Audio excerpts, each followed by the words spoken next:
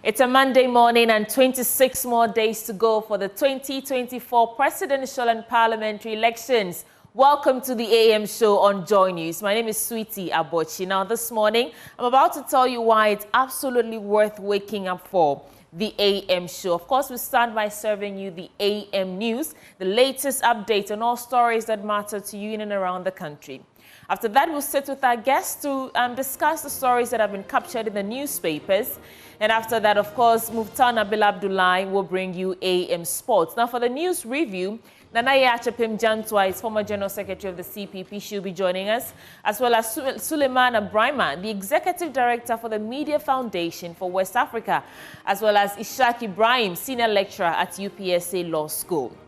You know, our big stories come right after. Now, this morning, we are looking at protecting the fundamental human rights of the freedom of speech.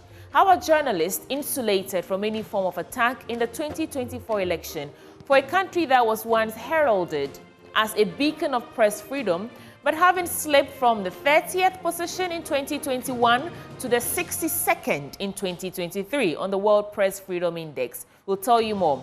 Now, also, we'll be going out, as you can see from my outfit this morning, we'll be going out to bring you some stories. But where are we going? I'll be taking you to that 33.4 kilometer of Anko in Sawam Road. And they're doing some upgrading projects there where the massive construction is just as massive as the constraint to motorists and residents who ply the route. I'll be there on the road, interact with some of pedestrians, engineers, and see what we can bring you. Join us with your comments and your thoughts either across social media platforms at Joy News on TV, or when we open the phone lines at the tail end, you get to have your say. Folks, welcome aboard the AM show. Let's get into the AM news now.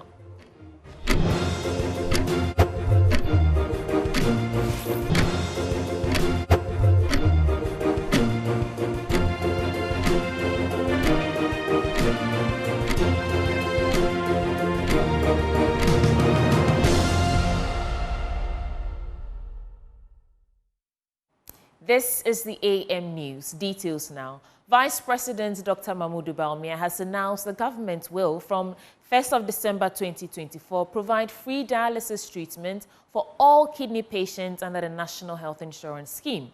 Addressing a stakeholder meeting in the Old Tafo Pankrono constituency, Dr. Bawumia outlined the government's efforts to support needy patients with the cost of treatment through the National Health Insurance Scheme. According to him, the free dialysis policy is the result of a successful pilot program launched earlier this year for patients above 60 and below 18. National Health Insurance, no, na egu, yedi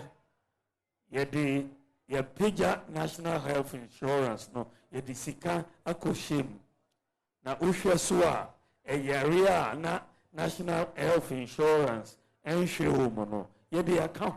Childhood cancer and cancer free under National Health Insurance. The National Health Insurance Scheme was collapsing. We revived it with huge investments.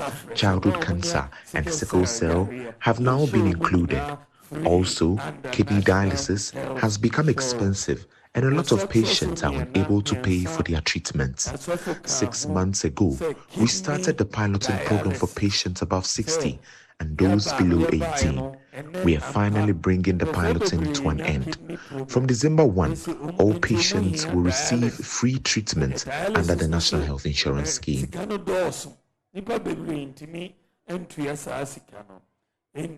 6 months ago, you started.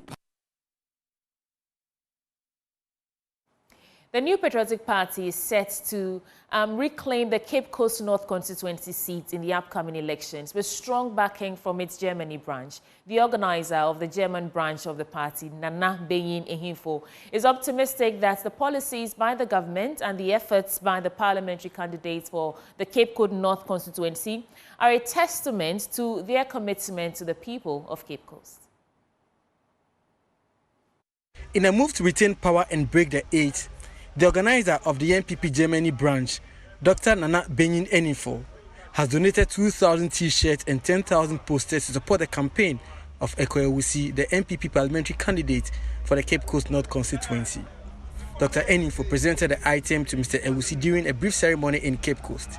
He explained that the donation aimed to boost the candidate's visibility and help the party's momentum in the region as they work towards victory in the upcoming general elections. Since we are getting to the election, 2024 election, is just a month away, the campaign is becoming very intense, and then also demand for campaign paraphernalia is also becoming hugely intense. And as such, as well-wishers from the diaspora, myself from Germany, all well-wishers, including Thomas Boampong-Foucault, who is my deputy in Germany, we decided to come together and then do this wonderful gesture to support Honorable Eko Ewusi. So we came with 2,000 pieces of T-shirts and then 10,000 stickers, pieces of stickers to support the campaign. We want to win and win massively. The election, this year's election, is one of a kind. We are breaking the 8 into pieces. We are ensuring that we maintain and then this NPP government and then make Honorable President, His Excellency, Dr. Mahamudu Bawumia, the President. We are making him the President, and then Honorable Horace Eko Ewusi, the MP for Cape Coast North. Mary Odro, a council member who was part of the delegation, expressed optimism ahead of the December polls. She advised party members to vote for both the presidential candidate and the parliamentary candidate. It was a good job, something that you can count on, and that is why I said, okay, I will come. Because Cape Coast North is really in our hearts to win this seat back. And we believe Honorable Kwao can bring the seat back to NPP. And I will say he will bring it back home. We are taking it and we will continue to take it forever and ever. If I see the diaspora, external branches, buying tickets over $1,000 all the way to campaign and vote, and if you are here and thinking of skirt and blouse, all kind of things, it's very bad. Expressing appreciation, Eko Ewusi noted that the campaign materials will significantly enhance his outreach effort and pledge to reclaim the Cape Coast North seat for the NPP. I am very optimistic there. Alaji will win here. We are going to repeat what happened in 2016. We will surprise a lot of people. We will surprise a lot of people. Cape Coast North, by hook or crook, this city is coming back home. Yes. Me, I know the next president of Ghana is Dr. Mahamudu Bawumia.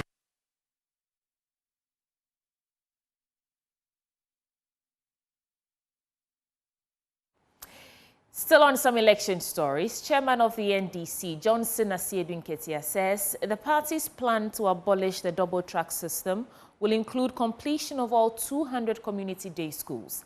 He believes this will offer more space for the number of students who qualify for placement under the free senior high school policy. Nanaya Ojima toured the Ashanti region with the NDC chairman and filed this report.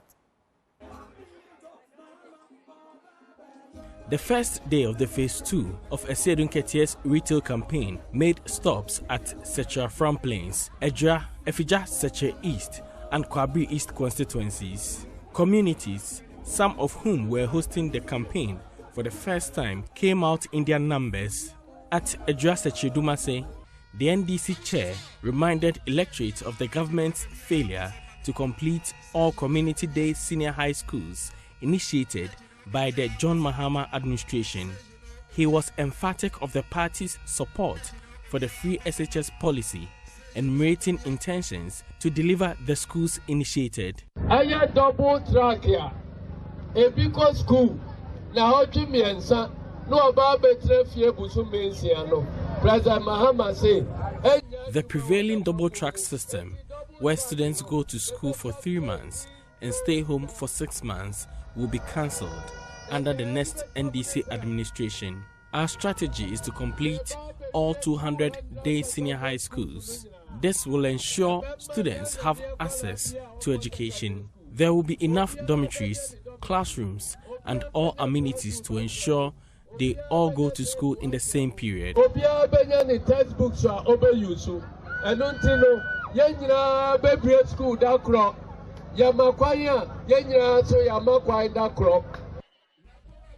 on the NDC's youth development agenda, Mr. Sarpong assured of NDC's support for apprenticeship.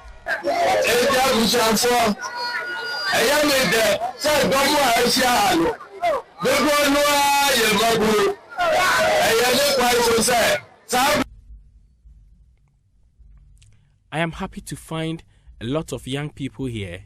We are at a point where the young people will have to put their destiny into their hands and fight for their well-being. Some of the old folks have destroyed the country. If you allow them to continue like this, you will suffer after their death. They have left the country in debt.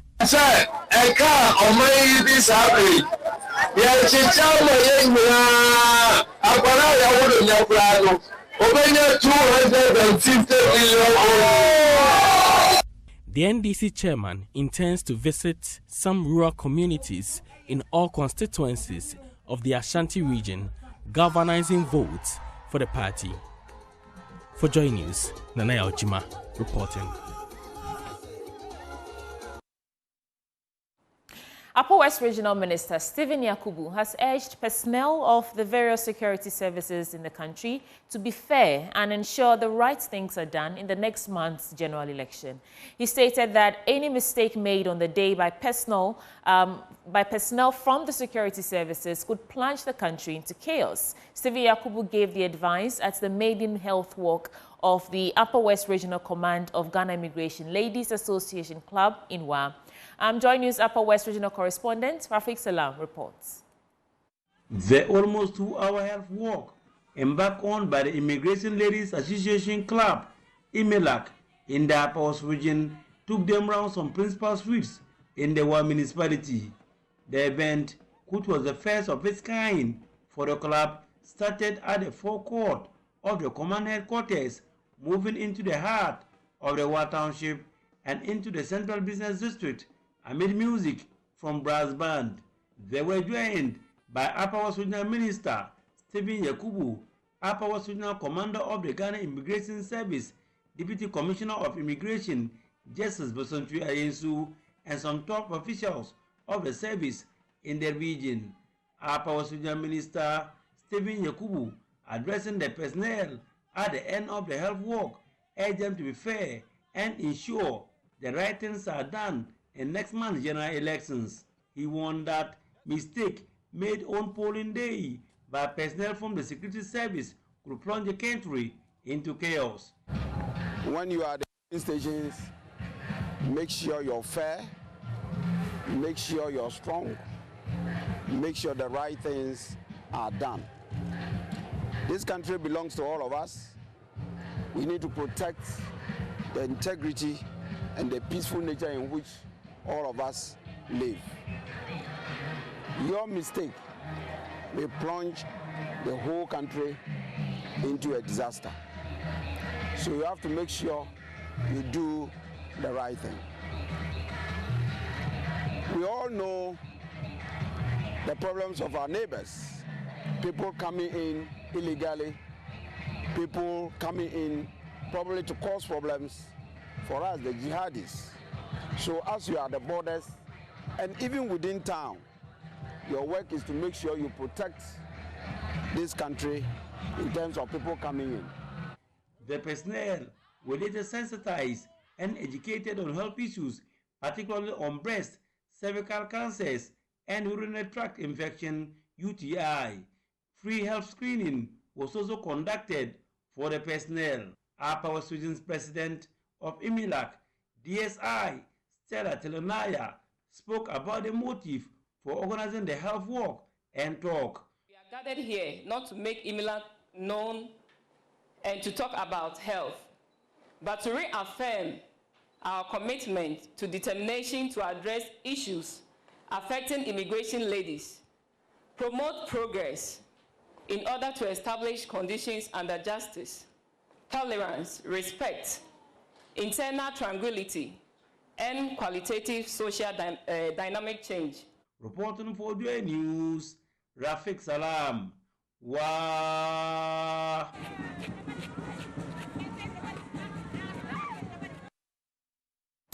In other stories, the Supreme Court will today begin hearing the substantive case on the declaration of those 4 parliamentary seats vacant. An early application by the Speaker to reverse the ruling was dismissed by the Chief Justice, who expressed concern over a potential constitutional crisis.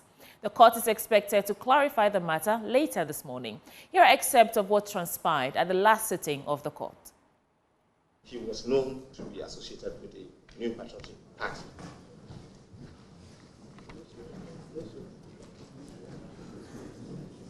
And in fact, he was a parliamentary candidate in one of their constituencies in the Volta region.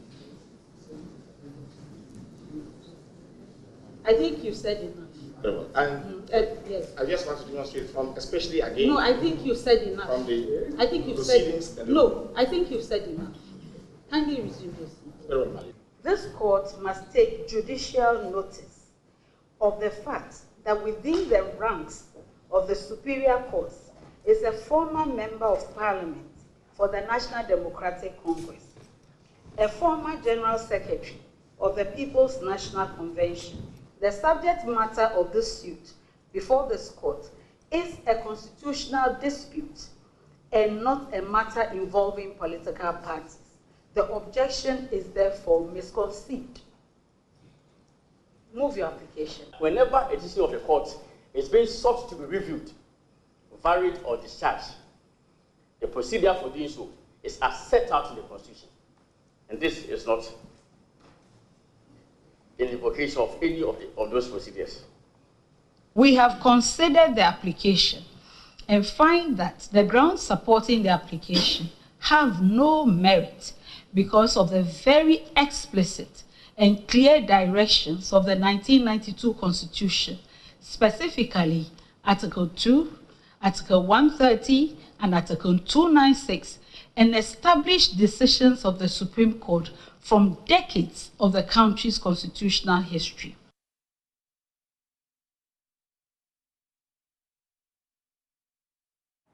Still in Parliament, former President John Kufuor has criticized the majority and minority caucuses, urging them to avoid actions that disrupt national peace. He spoke in an interview with sister station Asempa FM.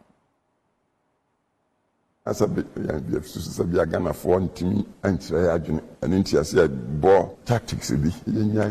it the case that they believe Ghanaians do not have an opinion on the ongoing controversy? We should stop the political wrangling and allow the Speaker to recall Parliament.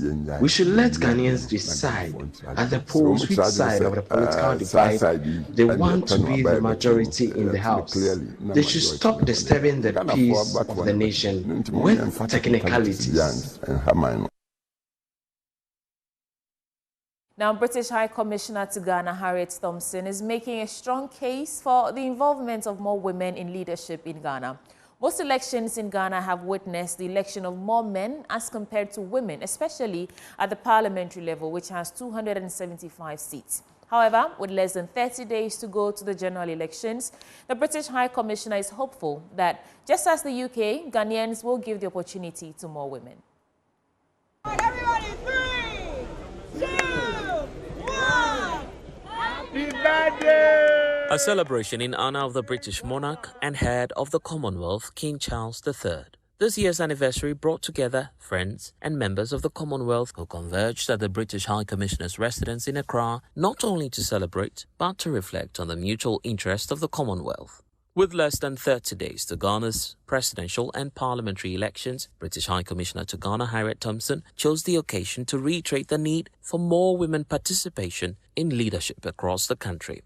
Seeing more women in key decision-making roles is something the UK and Ghana both want. Ghana took a historic step by signing the Affirmative Action and Gender Equality Act into law, setting a goal of 40% of public offices held by women. And the UK's parliamentary elections this year saw the highest number of women becoming members of parliament. 40% of all UK MPs are now women, and there's no reason why this figure can't be 50% or higher in future. With Ghana's elections soon to take place, I'd like to send my best wishes to all the female candidates contesting seats, whichever party they represent. Commonwealth heads of government a couple of weeks ago in Samoa chose Ghana's female candidate and Foreign Minister Shirley Ayokoboche as the next Commonwealth Secretary General, a gesture the National Security Minister Albert Kandapa described as an endorsement of the trust the UK has in Ghana. His Excellency the President led Ghana's delegation to the Commonwealth Summit in Samoa, where our Honorable Minister for Foreign Affairs and Regional Integration was overwhelmingly elected and appointed as the new Secretary General of the Commonwealth. This is indeed an endorsement of the trust, the hope, and commitment the international community has in Ghana. And I want to use this occasion to express our gratitude to the King, the government, and people of the United Kingdom, and also to all members of the Commonwealth.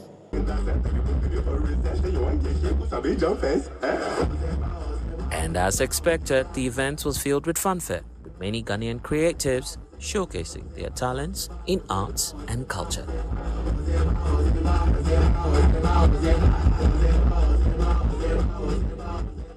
Blessed Ogan's report for Joy News.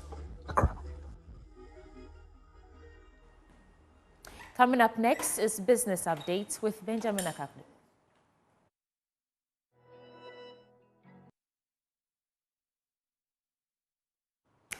Welcome to our business updates. In our first story, the Peasant Farmers Association has called on government to publicly outline the process and timelines for distribution of relief items to affect farmers in the dry spell while addressing the technical challenges in the registration process. According to the association, following the Ministry of Food and Agriculture's announcement on October 10 to distribute relief packages to farmers in the 8 affected regions, there has been no visible progress. They contend thousands of farmers remain uncertain about this initiative, as many have yet to receive any form of support. Bismarck Norte is the programs officer of the Peasant Farmers Association. We had an announcement by the ministry that from the 10th of October, that was just about a month ago, the ministry was going to start the distribution of relief items to affected farmers. So in that regard, farmers across the 8 regions were encouraged, one, to go and register on the Ghana Agricultural and Agribusiness Platform app. Once they register, they will have their farms mapped, meaning you have an extension officer who has to visit your farm and then map your farm onto the system. So once you register as a farmer and you have your farms mapped, then it means that you've qualified to benefit from relief items. Now, as I'm talking to you, since 10th October, there have been farmers who have gone to register. They've registered on the app, but they've not had their farms mapped. In fact, the data we have shows that even less than 30% of farmers who have registered have had their farms mapped. And the information is that if you don't have your farms mapped, you can't benefit. The failure to have their farms mapped has nothing to do with the farmer, but the fact that they have limited extension officers who are not able to move to all the farms to map their farms. So now a lot of farmers are in that because they've registered, but they don't have their farms mapped. Others too are not encouraged to register because they feel the whole process is time wasted. Even for those who have had their farms mapped, up to now, they are not sure when the relief items are coming. Well, on our next story, senior finance lecturer at the University of Ghana Business School, Dr. Benjamin Amwa, has expressed the doubts that the newly launched credit score system would reduce the rate of non-performing loans and improve equal access to the financial market. According to him, although the new system will transform Ghana's financial economy by providing lenders with adequate and reliable data on borrowers, the probability of it reducing non-performing loans was not guaranteed. He spoke to Joy Business. The non-performing loans and loan rates are very much macro in nature. You know, if the macro economy is not working very well and you have MPC rate of 27, if you have banks or Ghana reference rate of 29 thereabout, definitely in a regime like this, the credit scoring system cannot all of a sudden pull down the rate for individuals or for business borrowers. If you really, really want to work on the rate, then it's the macro side that have to be tackled to pull down the rate.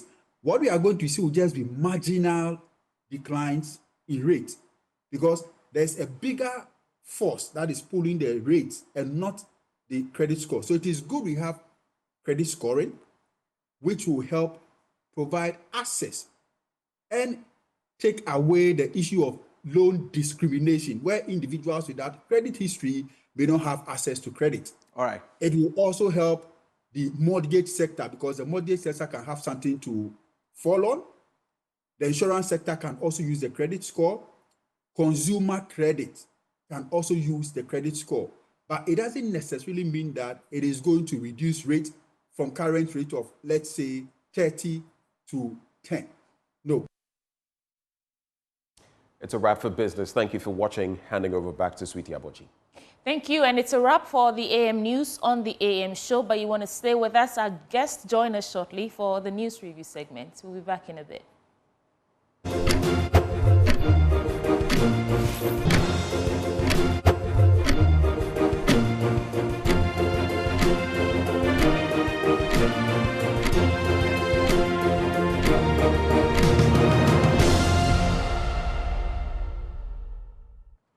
Well, thank you for staying with us. Time now for the news review. Let me quickly introduce my guests to you. Nanaya Chipem-Jantua is a former General Secretary of the CPP. She's also worked with the PURC, the Public Utilities Regulatory Commission. We also have Suleimana Brahima. He's Executive Director, Media Foundation for West Africa.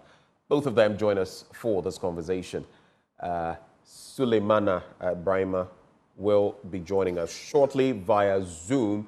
But in the studio, we have Nanaya Chipem-Jantua. Good morning.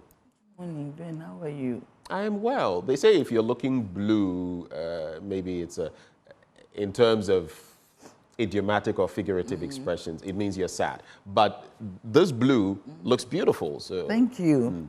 I see that even your diary is blue. My glasses is even blue. I left your glasses.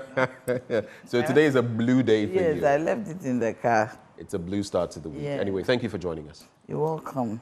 You know how we do it, a minute and a half. What are your thoughts for us this morning? My thought is Ghana. Ghana? Yeah. Well, we are all contemplating Ghana, but what about Ghana? Oh, sanitation. Why sanitation this morning? Our city is too dirty. I see. Is this something you saw this morning? Oh, no, I've seen it all over. Last night I was thinking about it. What can be done to clean the city of all the filth? And it also occurred to me that whichever government comes to power, they should take a work plan from the ministers and give them KPIs on the work plan. The work plan has to be approved by the group that is going to form the cabinet. Then they should give KPIs. After 6 months, you should come back and do a PowerPoint presentation of what you have done. So that the ministers, when they take the job, they don't go to bed and sleep. I see. We have a minister of sanitation, and our country is this dirty. I mean, it is unfortunate. The economy is also on my mind. Things are expensive, but you always hear the MPP saying that things have improved. Do you understand me? So I want to wake up one day and I'll hear the MPP admit that we are going through some crisis, some economic crisis. So you want more honesty? Yes, it will be nice. Okay, so two things I'll just say before but let me welcome aboard Suleimana Brahima, Executive Director, Media Foundation for West Africa. Mr. Brahima, good morning, sir. You would have to unmute, Mr. Brahima. Can you hear me? I can hear you now. Good morning. Good morning, Dan, and good morning, Nana. Good to see you both. Good morning, Sule. Good morning. How are you? Doing well, Nana. Good to see you. So just hold for me, Mr. Brahima. I'll come to you shortly. Two things. You know, when it comes to this bit about sanitation, I feel it's like Galamsey. Yeah. If we had the political will, we would get it done. I always say that even in the days where we were supposedly not as educated as we are now, as enlightened as we are now. The town council would come, and if your environment, they would summons, basically. They would summon you. You would go get surcharged, and if you repeated the offense, there would be dire consequences for you. I always say that, listen, whether it's taxes or, do you think the people in Japan, in Australia, where their taxes are about 45%, but the caveat is that what they deliver to the people in terms of emergency health services, in terms of free health services, in terms of free bus, train, tram. So let no one say that because I'm saying this, oh, we are not paying taxes. What are we even doing with our taxes? That's the problem. But I'm saying that no one likes paying taxes. No one likes doing some of the things that we know are good for society. But if you have a system and it enforces it, you have no choice but to do the right thing. In other jurisdictions, if you go past a certain speed limit in a certain area, you send an electronic ticket. You see, so it's a matter of will. Just caught you.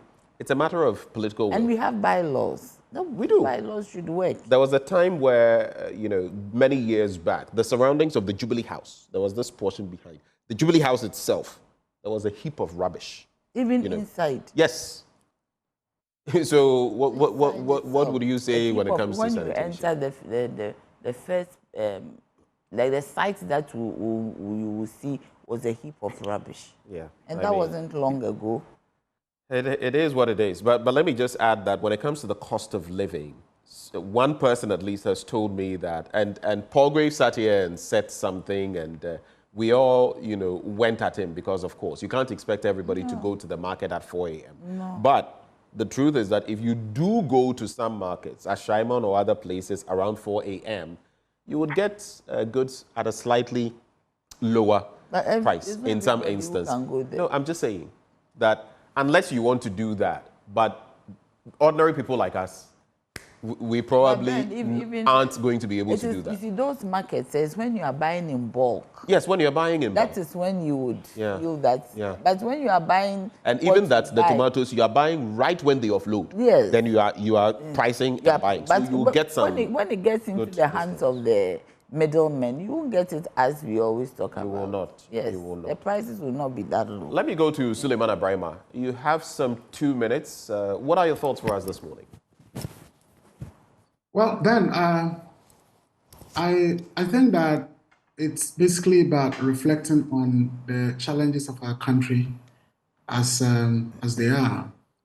And I think, to a large extent, nothing is being done to deal with the root causes of our problems. And unfortunately, we are actually digging deeper. I think we are where we are because of the kind of politics that we've practiced, because we've reduced politics and governance into just basically empowering and enriching people. So in our country today, I think politics is really about wanting to get oneself into a position that would make you rich, make you powerful, make you wealthy, enable mechanisms for you to steal. And I think it is both parties. And over time, what we have been seeing, particularly also in this campaign, are promises from both sides that are basically unrealistic to fulfill. But people feel, let us say it to the people. The MPP in 2016 did it perhaps with amazing success. And so it has become the template that everyone is following. Let us say to the people what they want to hear. Whether or not we are able to implement it, when we get power, we would continue to deceive them. And so to a large extent, what we are seeing are a lot of empty promises that are, I would say, being planted and watered with deception. And certainly the only thing we can harvest in the end will be catastrophic failure. And that is what we are in. I think it is time for us to tell ourselves the bare truths, even as it may be so inconveniencing. You look at the policies that are being proposed by both parties, and some of them are absolutely unrealistic. And if we continue that way, our country would never get to the place that we want it to get to. We talk about free SHS. We call it free SHS. But then it is important that those of us in the media begin to do the kind of work that we must do, begin to serve the people appropriately. It is time for freshers to go to school, those who are going to Form 1. Let us get out there and talk to the parents who are enrolling their kids about the cost that they are incurring. And then we will know whether it is indeed free or is a subsidized, education system that we are running, which I believe is what it is. We are talking about 24-hour economy. Are we in a country that really can sustain and implement 24-hour economy when a government gets to power? I doubt that.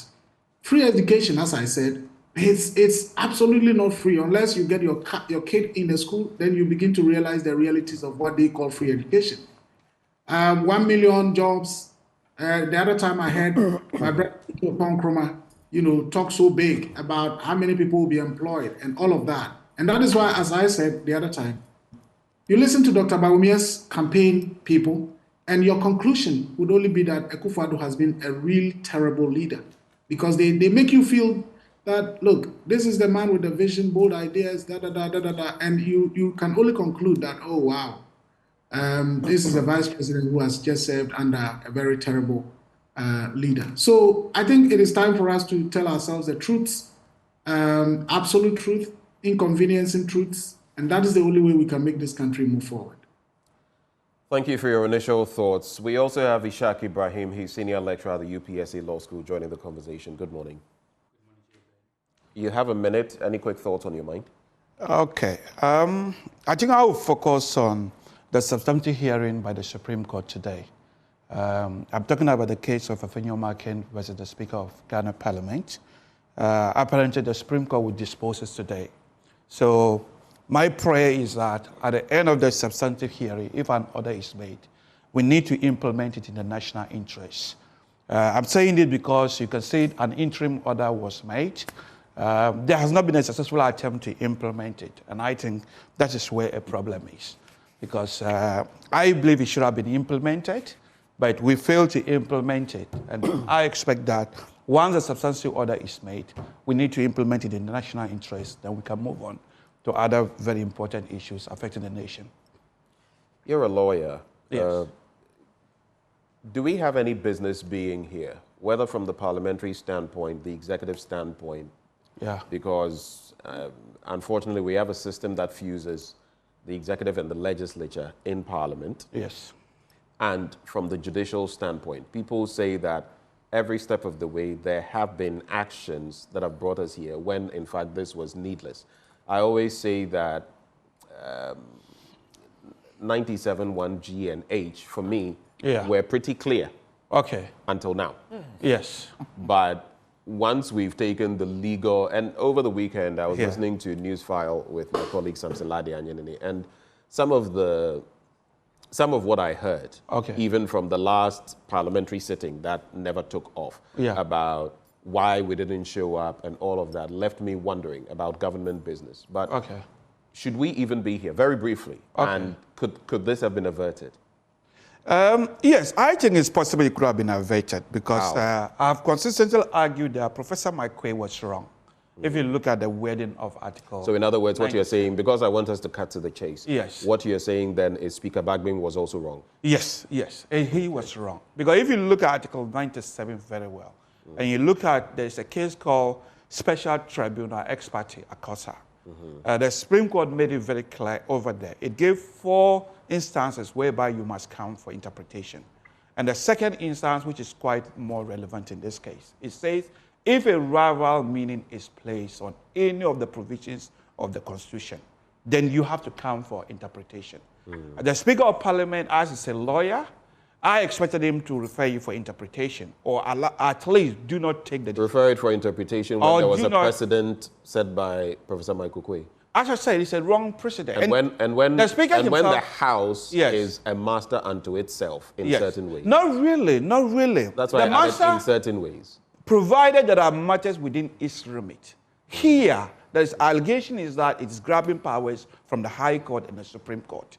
So if you go outside your power, you can no longer argue you are masters within your own rules. Let's dispose of this conversation because we have to get into the papers. Okay. Two things. Yes. Based on what did Afenyo Markin go to court? Yes. That's one. Yes. Based on what?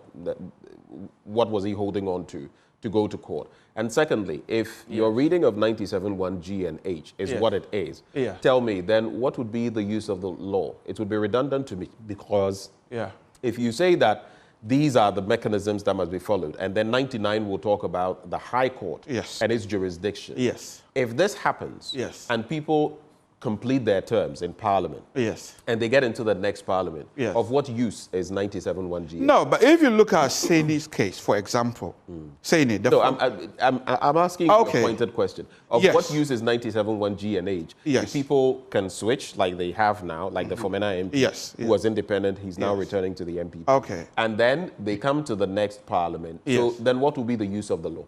So that's why I'm trying to refer you to Saini, for example. The moment, you see, when they say if they crosses carpet, look at the wording of Article 97, where the problem lies, in particular. They say if he seeks to remain in Parliament as a member of Parliament, even though he was as an independent. So if you look at that wording very careful, that's where two meaning have been placed on it. Now, if you look at Saini's situation, when Saini resigned, he was trying to remain as an MPP member. So I believe that time it had kicked in. But these particular people are not talking about this current Parliament. They are talking about future Parliament. You say that. So if they are talking about future Parliament, there are others who disagree that it affects them in this current Parliament. I believe it gives rise to interpretation. Because a rival meaning has been placed on it. Let's look quickly at what Afenyo Markin had to go to court. So Afenyo Markin went under Article 130 for interpretation.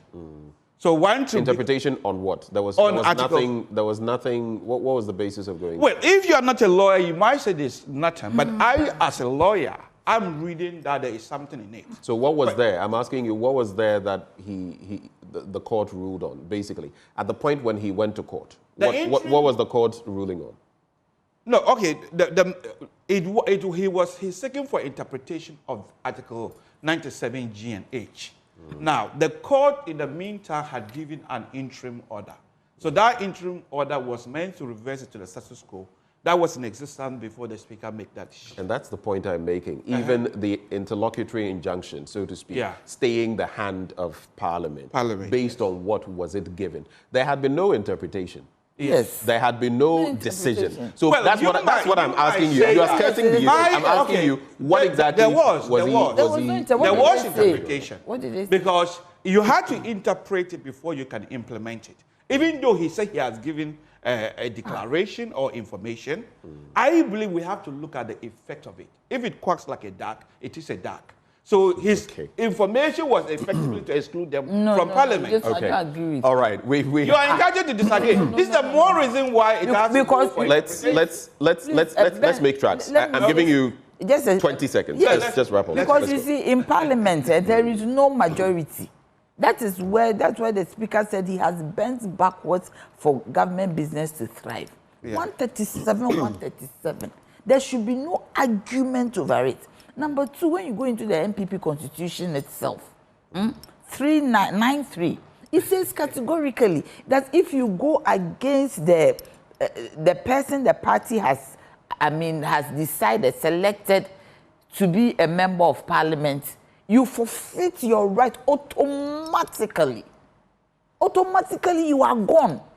Automatically. But that wasn't my argument. You see, please, automatically is immediate. Okay. When Afenyo Markin went, he went for interpretation. My issue is that why didn't the court just say that it means that with this Parliament, A, B, C, D. Do you get me? I mean, because you see all these issues around it. If this issue of putting an injunction on the stay on the Speaker's order. Right. If they had just interpreted and said that, look, because it is Parliament, because Parliament has worked, this is what it means. Right. Period. Okay. Let's make tracks. Let's get into our papers. We have to go very quickly for the sake of time, so we can exhaust. 137. I'll start with you, Nanaya. Yes, dear, I'm here. Let's get into your papers. Oh, what is there? This free SHS. So we're starting with the Daily Guide. It's in front of me. Protect free SHS with your votes, Educhum. Free SHS, we have issues. Resolve current unpassed Kofor tells Bagbin. Mohammed's economic record bad. Nana commissions flower pot interchange. And that, and I don't have to go. Do I have to go inside? Trump, I mean, pick a few stories, one or two. Trump to meet with Biden. Okay, that's a good one. He didn't meet Biden, but now he's going to meet Trump at the Oval House. I've heard they are going to meet at the White House. I mean, to discuss transition. Well, that's what the law teaches us, right? You don't treat people as they treat you. If you know what is right, you do what is right. So I think he was the first we had seen in a long time who hadn't, if ever, who hadn't showed up at the swearing in of his opponent. I think Trump has an African leader as an advisor because he behaves like an African leader. Seriously. Resolve. I think that is not so fair. Maybe some African leaders, not an African leader. Okay. There are good African leaders, and then there are some of those we know. Okay, I hear. Minister Wu's Ashanti voters for MPP resolve current and past. Kofor tells Bagbin. You see, sometimes this is the same thing we are coming to. Bagbin is the Speaker of Parliament. One person that when Trump was president, he really feared was Nancy Pelosi as a Speaker of the House. Well, he will still have to deal with her. Yes, do you get me? As a Speaker of the Nancy Pelosi was somebody who Trump was afraid of as a woman. And knowing Trump, the way chauvinistic he is, he was afraid of Nancy Pelosi. He is the Speaker of Parliament. We should give him some respect. We have separation of powers. I think what we have done wrong, and we need to go back and look at our Constitution, that we need to dichotomize the executive from the legislature. He says, in that media encounter on the 6th, he said it appeared the executive and the judiciary were in collusion, almost as though the apparatus of state had been weaponized against the legislature. Is that, some say he went too far by suggesting that? No, what do you think? He didn't suggest it. He was categorical about it because of what he knows. You see, we shouldn't treat Bagbin as if he's a small boy. The fact that Bagbin is NDC does not make him any less the position in which he is. He's a lawyer himself. He's a lawyer. He's been in Parliament since, what, yes, 92? And you see, the first time I encountered Bagbin was in 1992, 93. I was working at the GIPC as a young girl. And he was on a Talking Points program. And the kind of grammar, this man weaved the grammar so well. I picked the book and I started writing. This man... But this is not, respectfully, it's not about grammar. But the other thing too is, he is not infallible. He's fallible. I am coming. If I said he weaved the grammar so well, it made sense what he said. Bagbin is not he's not like, we are treating Bagbin as if he doesn't even know what he's about. We are treating Bagbin as if he didn't even think through what he did. When there were positions of vacancy in the Supreme Court, who came out to say that it should be filled? Did anybody go for an interpretation? The Chief Justice. We even said that she wants to fill the place, too many of them. We discussed this thing here. She was the one. So if there is a vacancy in Parliament, and there is, because these people who are sitting there, they are no longer MPP. Where is it? Okay, let's come to normal day. Where is their hearts? They are not. They are independent. They have left the party to be independent. Look, every political party has that 97 G and H in their constitution. If you go independent against the prescribed candidates for the party, you lose your membership. You automatically, if you campaign for another party, some of them say that, okay, if you campaign for another party with a different ideology, you lose your position.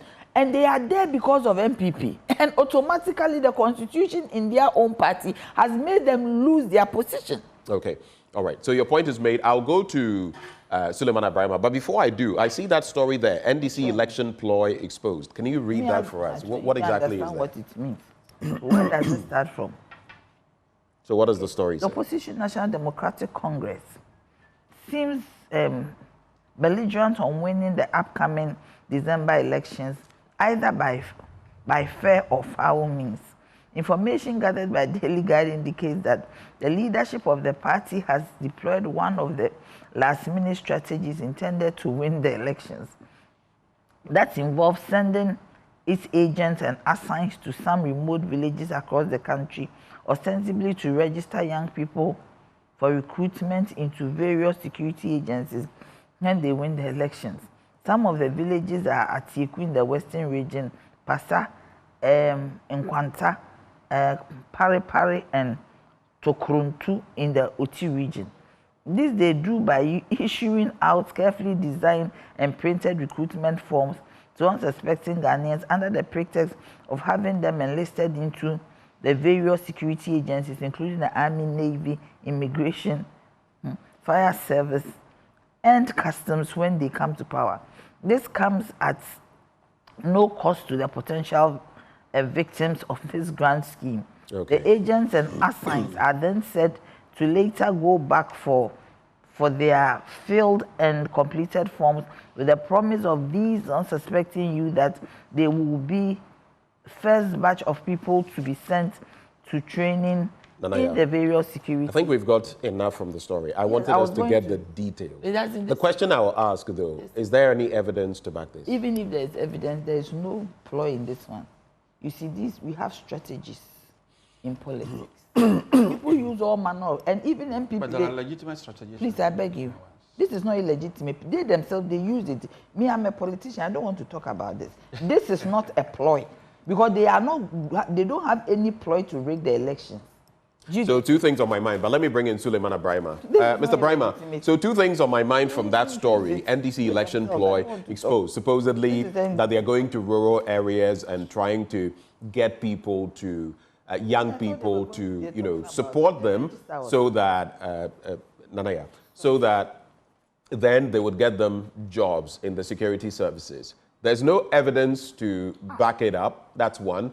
The second bit is you would look at even the current administration and stories that have emerged. I mean, I've heard MPs, ministers say, I got X number of people into the police and all of that. I'm not saying it's right, but, if you come to equity, you must come with clean hands. And if you are a pot, don't go calling, or if you're a kettle, don't go calling the pot black. That's my end. Suleimana, any reflections on some of these stories we've done so far? Well, Ben, I think the first point I will make is that we live in a country where a lot of the content in the media cannot be trusted. And I believe that is why you talk about there is no evidence. Otherwise, if we were in a situation where we believe and trust in the media, then the assumption would be that before the media put out something like this, there is evidence. And I believe years ago, that was the kind of journalism that we had. And the story itself would be presented in a way that as you read, you cannot but conclude that there is evidence. Nanaya read bits and pieces of the story. Almost the whole story. Almost the whole story. I was waiting for the point where it would say we had caught these people red-handed doing this or something. I didn't hear that. Exactly. It's almost the entire story. Exactly. Or the point where we would hear people being quoted, people being referenced, and the point where the NDC side, whether this constituency executives or regional executives or national executives have been spoken to, and this and this and this is what they said. In those days where true journalism was in place, an editor would not carry your story unless there are those elements that make the story journalistic. And that is the problem that we are in. So it takes me back to the whole thing about principles and values. What principles are we using? What values are we nurturing as a country? It's almost like everything goes. I can understand Anaya when she says, oh, this is not a ploy and all of that. But I think that we shouldn't really be getting into this realm where it's okay for politicians to do things that are really impossible just to be able to win votes. And like I said, maybe Nanaya's perspective is from the fact that it's been done before. People saying all manner of things that they know are impossible, but they would just say them anyway. We talk about one village, one dam. And then we have a situation where the government says, oh, this year there's drought, and we're going to make available some millions of cedis to farmers who have been affected. Where are the dams that were dug? I suppose the dams were being dug not for rainy season farming, but for dry season farming. And so if we are in a situation of drought, that's when we rely on our dams. But where are they? Howard Kumsin says, oh, what were you expecting? 250,000 dams. Were you expecting something meaningful? And then she is still on as a minister, because that is the kind of politics that we have. A lot of things that have been said, one district, one factory, where are they? But it's okay to say them to win votes. And I think that is where we are going. And we must pull the brakes. Otherwise, we'll get to a point where people will start saying that, look, when we come, we'll create more air for people to breathe, so on and so forth. It's terrible. We shouldn't do politics this way. Okay. All right. Thank you. Thank you for your thoughts. Let me come to Ishak. Which paper are you starting with? Okay. The Ghanaian publisher. Right. Akufo-Addo commissions Ghana's largest single gold mine. The next story, with God, everything is possible, Bawumia. Opon Nkrumah pushes for sustainable housing finance. Would you like to get into any of those stories? Okay, Ghana, Mali. Okay, let's look at with God, everything is possible, Bawumia. Page 7.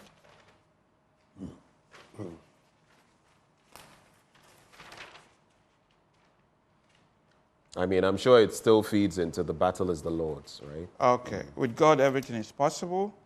New Patriotic Party presidential candidate, Vice President Dr. Mahmoud Bawumia, has emphasized his faith in the power of God to guide and shape the lives of individuals and nations. Speaking to a Catholic congregation at Atimatim in the Afija Kabiri East constituency on Sunday as part of his tour of the area, Dr. Bawumia affirmed his campaign slogan, "It is possible," explaining that it reflects his deep-rooted belief in God's ability. I think that's Etimetim.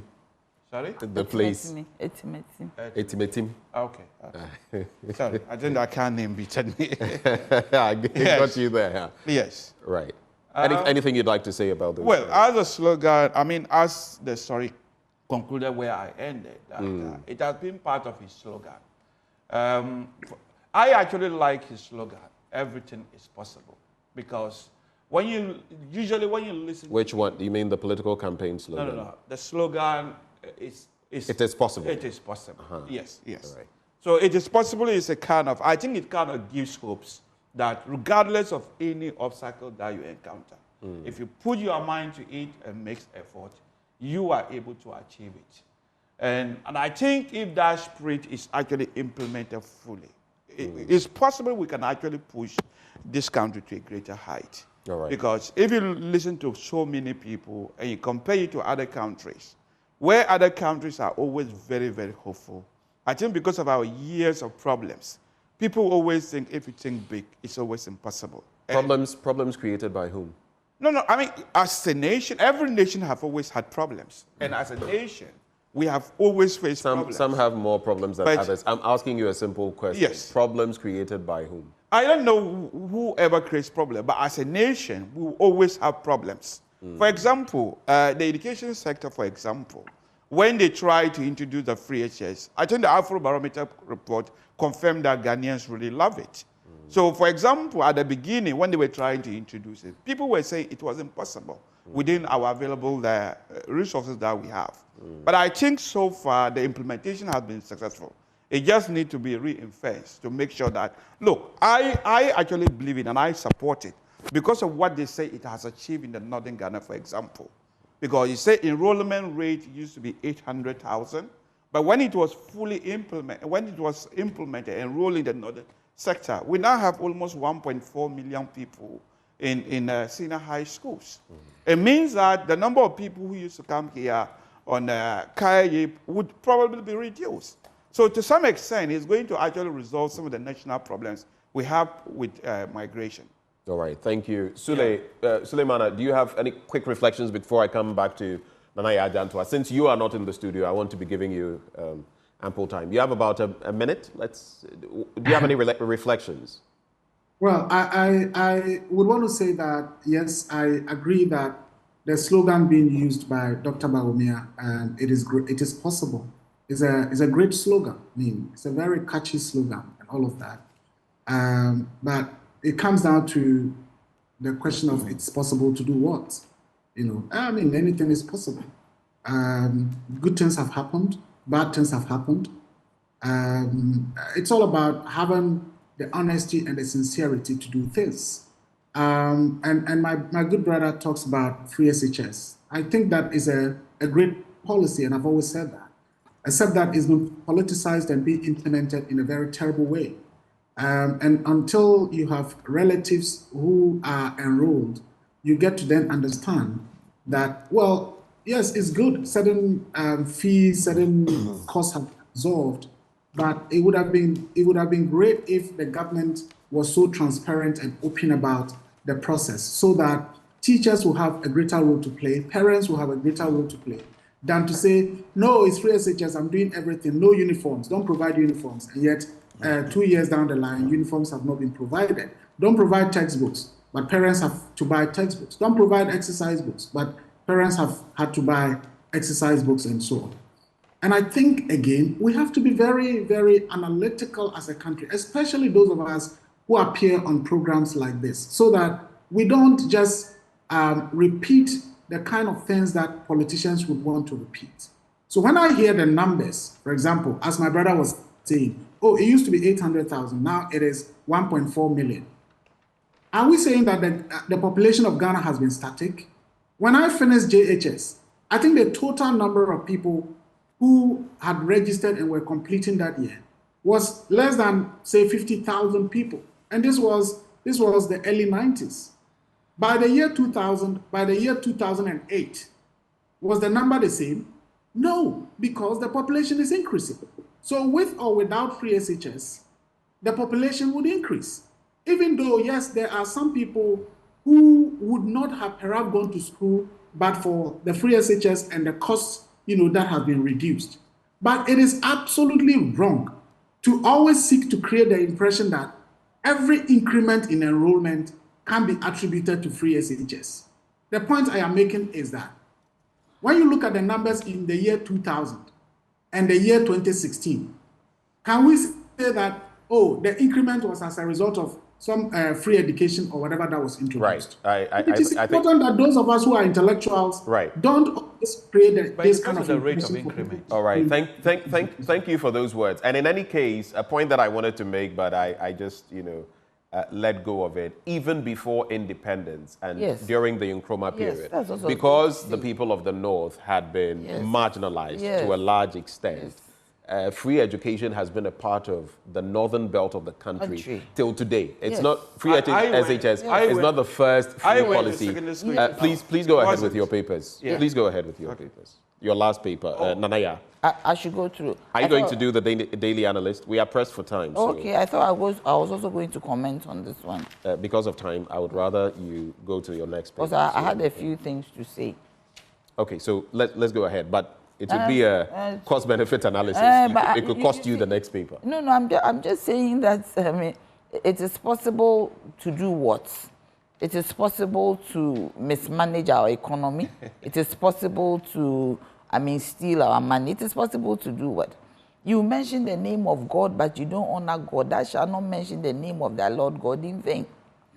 My house shall be called a house of prayer, not a den of robbers. $58 million has been sunk into National Cathedral, the project. But what do we see? We see just a pool with a hole underneath. And you mention the name of God. What is that? Are you joking with God? You came with the battle. Well, let's see. Maybe between now and the 7th of January, we could complete the project. Maybe. That's great. GJA president calls for intensified pressure on government. Yoko boss unveils new strategies. I read, to fight public sector corruption. ADB congratulates 2024. This one wasn't publicized at all. The National Best Farmer. Reject MPP's vote. I hear he's been a farmer for about 40 years. Oh, wow. Plus, thereabouts, something like that. Okay, government increases producer price of cocoa to 49 600 per ton. Sosu bags, U.S. presidential. Sosu should be in his this thing anyway. Trump allies say Ukraine focus must be peace, not territory. They hope that he said that when he comes, the war will end. So let's see how it goes. All right. Thank you. Thank you very much. Let's quickly go to you, Ishak. Okay. Your final paper. Let's do the headlines very quickly. That's it. Has national science and maths quiz served its purpose, or is it time for a new format? Questions, scholar. Well, I hope the scholar realizes that it's a private enterprise, not a government run, though it's supported to some extent by the Ministry of Education. Yeah. Prime Time is a private entity, so if he has any thoughts, he should be channeling it to Prime Time Limited. Prime Time? Yes. Okay, then it's not a good story then. I'm not saying it's not, I'm just saying that it sounds as though maybe it were a government-run thing. But we have this theory that if a private person starts something and it gets to a point that it's akin to as if the nation is doing it, then it could be an emanation from the state. You are more all I'm saying is this article in the newspaper probably will not serve the purpose that the person is trying to achieve. Okay. Prime Time is a private entity. Channel your grievances to them. Okay. I think Ghana Mali strengthen counter-terrorism collaboration amid rising general regional threats. Right. So I think it could be a good story. I think Ghana had always been worried that what is happening within the neighboring countries, in particular Burkina Faso, could spill over to Ghana. And I think about a year and a half ago, there were some residents who ran away from Burkina Faso and entered Ghana amidst a threat that they said they were facing. So I think Ghana getting directly engaged with leaders of the sub-region could be in the right direction. All right. Yes. Let me just go through these headlines. New mining firm pours first gold. You've already spoken about that. The Cardinal Namdini Mining Limited, a Chinese large-scale gold mining firm operating in the country, was last Saturday inaugurated by President Akufo-Addo. And that's it. National Farmers Day, President announces free tertiary education for cocoa farmers' children. I heard him say that. I listened to it. Cocoa price shoots to 49,600 Ghana cedis a ton.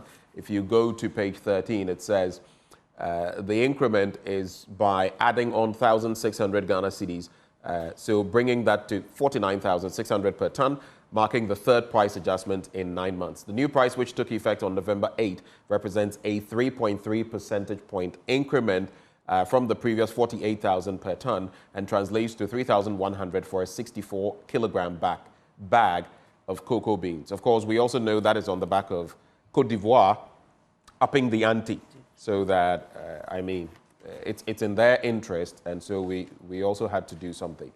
Terrorism fight requires critical strategy. That's according to Albert Kandapa. On the back page, Kotoko lose again. My very own Krobe Asante Kotoko. Losing again, now slipping to 6th on the table, and Hearts of Oak in 5th there, both of them with 15 points. The Today newspaper, Ghana's judicial impartiality suffers decline. That's according to a report, and we've seen that latest report, the Mo Ibrahim Index. Okay. CHAS advocates dedicated funding for free SHS policy, and 70-year-old man crowned 2024 National Best Farmer. Editors of newspapers, you can't say 70 years old. It's a year. Right in 70-year-old. Year-old man. Anyway, those are. Suleimana, you have the final word. Let's get this done and dusted. Suleimana Ibrahima. Well, Ben, I think I would want to basically reiterate the point that I keep making, that the only way our country can progress is if we are honest with ourselves and be factual to ourselves at all times. And I think that is what all of us should be doing, not just the politicians, but those who get the opportunity to also interact with the people must always do what would serve the interest of our people. The stories that were just read, the commissioning of the gold mine, I think is a great development. We've been struggling as a country to manage the natural resource endowment that we have. So if we have large-scale miners coming in, we can think about the employment generation and the revenue that will be accruing to the state. But we just have to also remind ourselves that we have had gold mining companies in this country for decades, and you go to places like Obuasi, Takwa, and the rest, and you don't really see reflection of the benefits. And we should begin to look at how we can do things in ways that communities that are mining communities will benefit, and the country will benefit more than we have benefited in the past. Thank you very much, Suleimana. We have to cap it off here. I see Nanaya is not happy with me that I'm capping it off like this. This mining thing, why is it Chinese? Why is it Chinese? I haven't read the full story. I got the impression that it's a Ghanaian thing. You would have to speak to government on that. Is it Chinese? Thank you. How? So the gold mining project of Cardinal Namdini Mining Limited, a Chinese large-scale gold mining firm. Chinese. What don't you get about why should a it be Chinese gold mining firm? No, but why should it be Chinese? But even Galamsey, where they are totally... No, but why are we allowing they are doing it. How about... No, but this is wrong. Okay. So the government cannot do it by themselves. We'll have time in subsequent installments to look at it. Those who joined the conversation, Nanaya Chepemjantua, former General Secretary of the CPP. We had Suleimana Brahma, Executive Director, Media Foundation for West Africa, and Ishaq Ibrahim, Senior Lecturer at the UPSA Law School. Thank you all for joining the conversation. We serve you sports up next Tuesday.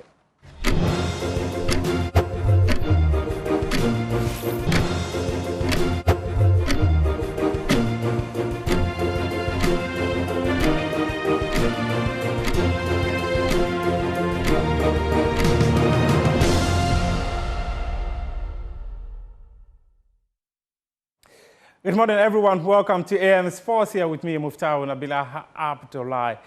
Well, Legon Athletics Club, they are nurturing young talents between the ages of 4 and 12 in athletics. Well, I was at Legon Stadium and I saw young children who are even as aged as 3 years being taught the basics of athletics. So my interest was piqued and I put together this report.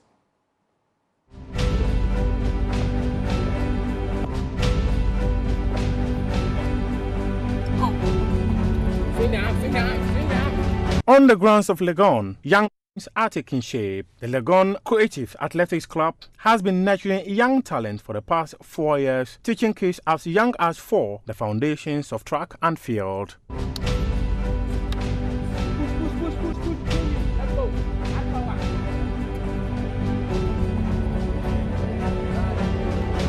With around 35 children aged between 4 and 12, the club is helping these young athletes take their first steps toward a promising future.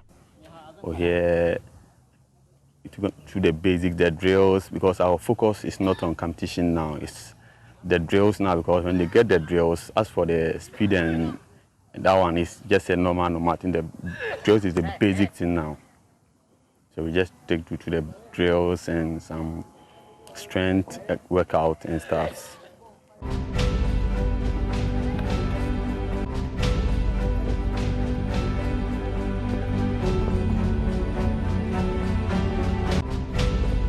Parents are fully on board too. One father brings his 2 children here every Saturday, fulfilling his wife's dream of seeing her children follow her path in athletics.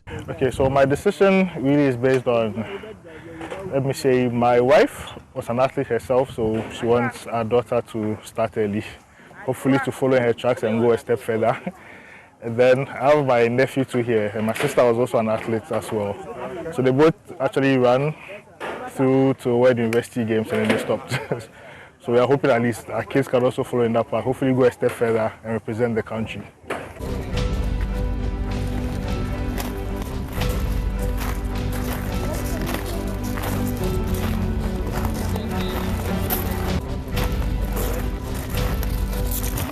Yeah, starting early gives them the basics. At the moment, they're still young. We haven't really chosen a clear-cut path for them.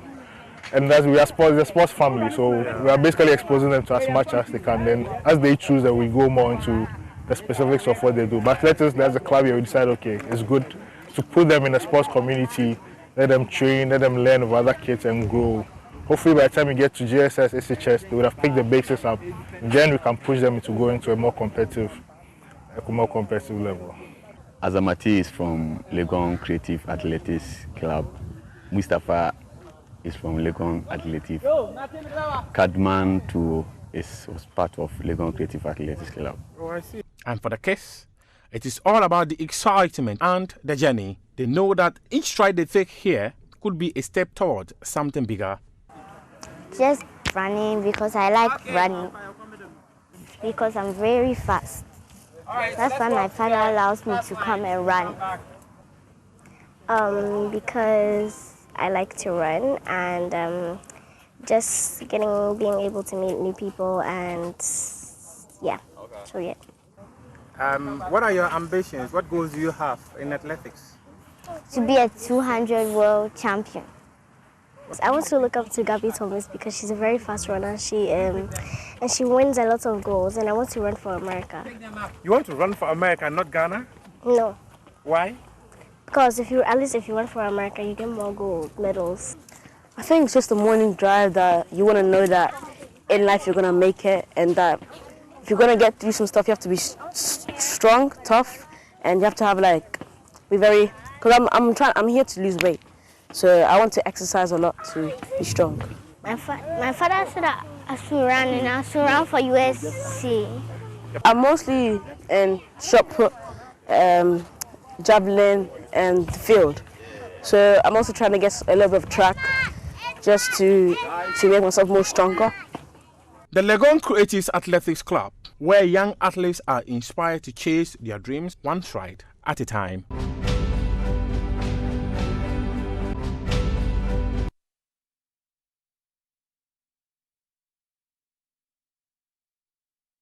Let's talk football now. And West Ham United striker Mikel Antonio, he has arrived in Ghana to visit his academy, which is in Bompata in the Ashanti region. According to him, his decision to set up Samba Football Academy in Ghana is to give young talents the opportunity of playing football to the highest level. Obviously, I've come here for my work. Obviously, we started the academy here in Kumasi, Bompata. Obviously, we know about all the talent that happens here. Obviously, Mo's at the club right now, and we just wanted to give the boys over here the opportunity to breaking through to the Premier League. What inspired me is just obviously the talent, the pool that Ghana has, and to give the motherland the opportunity to get their players, our family, over to the UK or worldwide to playing football.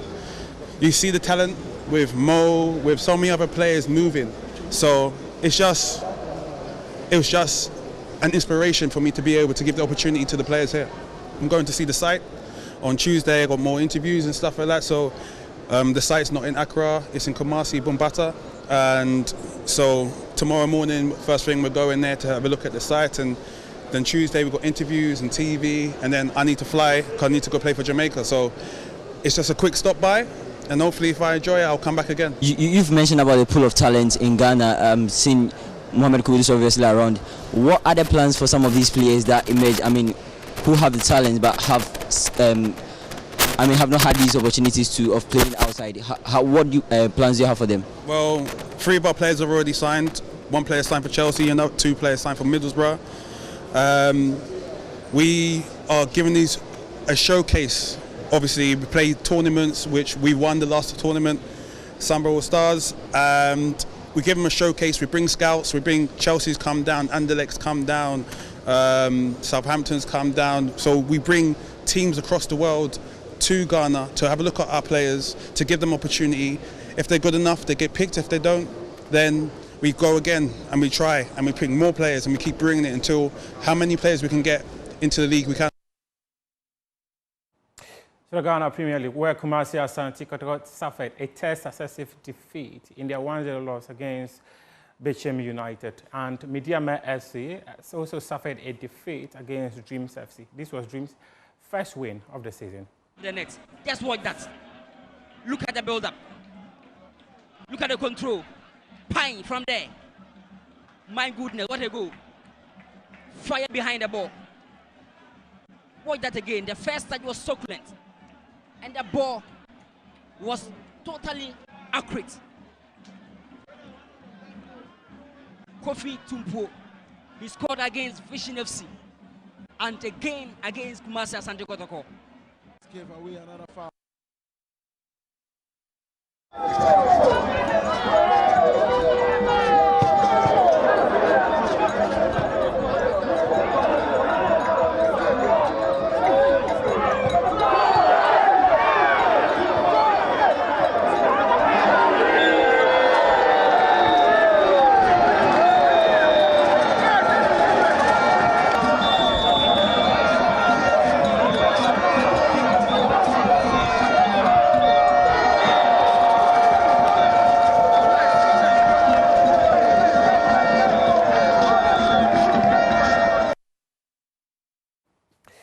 TCL organized a viewing party for football fans at the Compu Ghana car park inside Osu.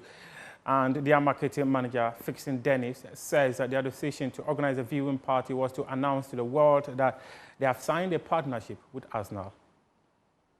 The reason we organize this event is to, first of all, let people know the partnership TCL have with Arsenal.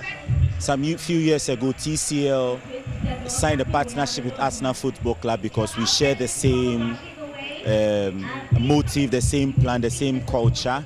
And then for TCL, we believe in innovation. And so Arsenal being a very prestigious club, we decided to partner with them. Of course, you know, one thing that unites everybody is football. And so why wouldn't we do it through football? So we decided to show the Chelsea-Arsenal football match to bring together Arsenal fans in Ghana, Arsenal Supporters Union in Ghana, and the general public, for them to know that TCL has partnership with Arsenal, and we love football, and we love innovation as well. In case you are looking for a product to buy at a special discount, just walk into any Electroland or Compu Ghana shop. Currently, we are running the event at Compu Ghana Osu, so come to any Compu Ghana shop, especially Osu, and get all your discounts. And the giveaways, of course. Are we going to see many more of these events in the future? Yes, I mean, this is just one of. Aside the fact that we want people to know our partnership with Arsenal, we also have partnership with Call of Duty, and then TCL also has the best gaming TVs ever. So we have lined up a few of them, like the QLED Pro TV, the QD Mini LED TV, and then we have the 4K best Crips TV that you can ever find in the market. So yes, you are going to have a lot of them. We are going to do gaming events, even more watch parties, a lot of things from Arsenal and TCL.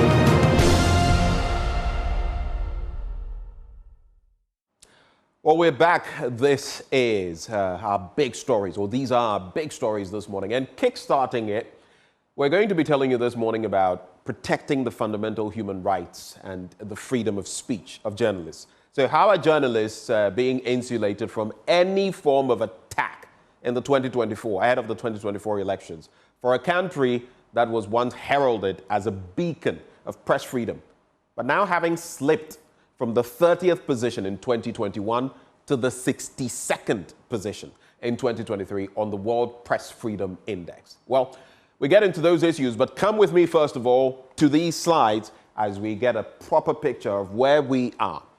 Now, according to the Ghana Journalists Association, if you're looking at attacks on journalists in Ghana between the years 2019 and 2023, a period of 4 years, you would notice that there have been at least, and these are those that have been documented, at least 45 of such incidents, such attacks recorded. 45 of them in a spate of 4 years. That's at least 10 plus every year. Let's go to the next slide. Now, if you look at the selected cases of attacks on journalists, you would notice, and there's one that I am going to add to this list. 2019, Ahmed Swali, and that was murder. Till today, that issue has not been resolved. Then, 2019, Manasseh Azure Awene had to flee Ghana for a while, had to go cool off elsewhere because his life, his family's lives were under threat. Then, 2021, City FM reporters assaulted, and we know the story from there, Caleb Kuda and others. 2023, the UTV studio invasion with thugs who went into the studio and, flexed their muscles. 2024, Farouk Aliu Mahama case where a journalist was slapped, whether by the Member of Parliament for Yendi or not. That happened. 2024, the Hawa Kumsen case in there, and you must add Erastus Asaredonko's situation as well recently at the hands of galamseyers. One of them saying, well, next one. Then you look at the World Press Freedom Index and Ghana's ranking out of 180 countries. When it comes to Reporters Without Borders, you're looking at a position of 50th, which is a far cry from where we have been before or where we could be as a country. Next slide. You look at the World Press Freedom Index and the trend of Ghana's rankings, and it paints quite a story. In 2014, we were ranked 27th, 2015, 22nd, 2016, 26th. We had always been in the 20s region. 2017, 26th, 2018, 23rd, 2019, 27th, and then we started to crumble. From 2020, 30th, then 60th. That's a 30% or a 30-point drop from 30th to 60th between 2021 and 2022. Then we slipped even further. 2023, 62nd, and now 2024, we seem to have clawed back some 12 points, going to the 50th position. In these rankings, if we may go back briefly to the last slide, up to 2020, 2021, we were in the top 30.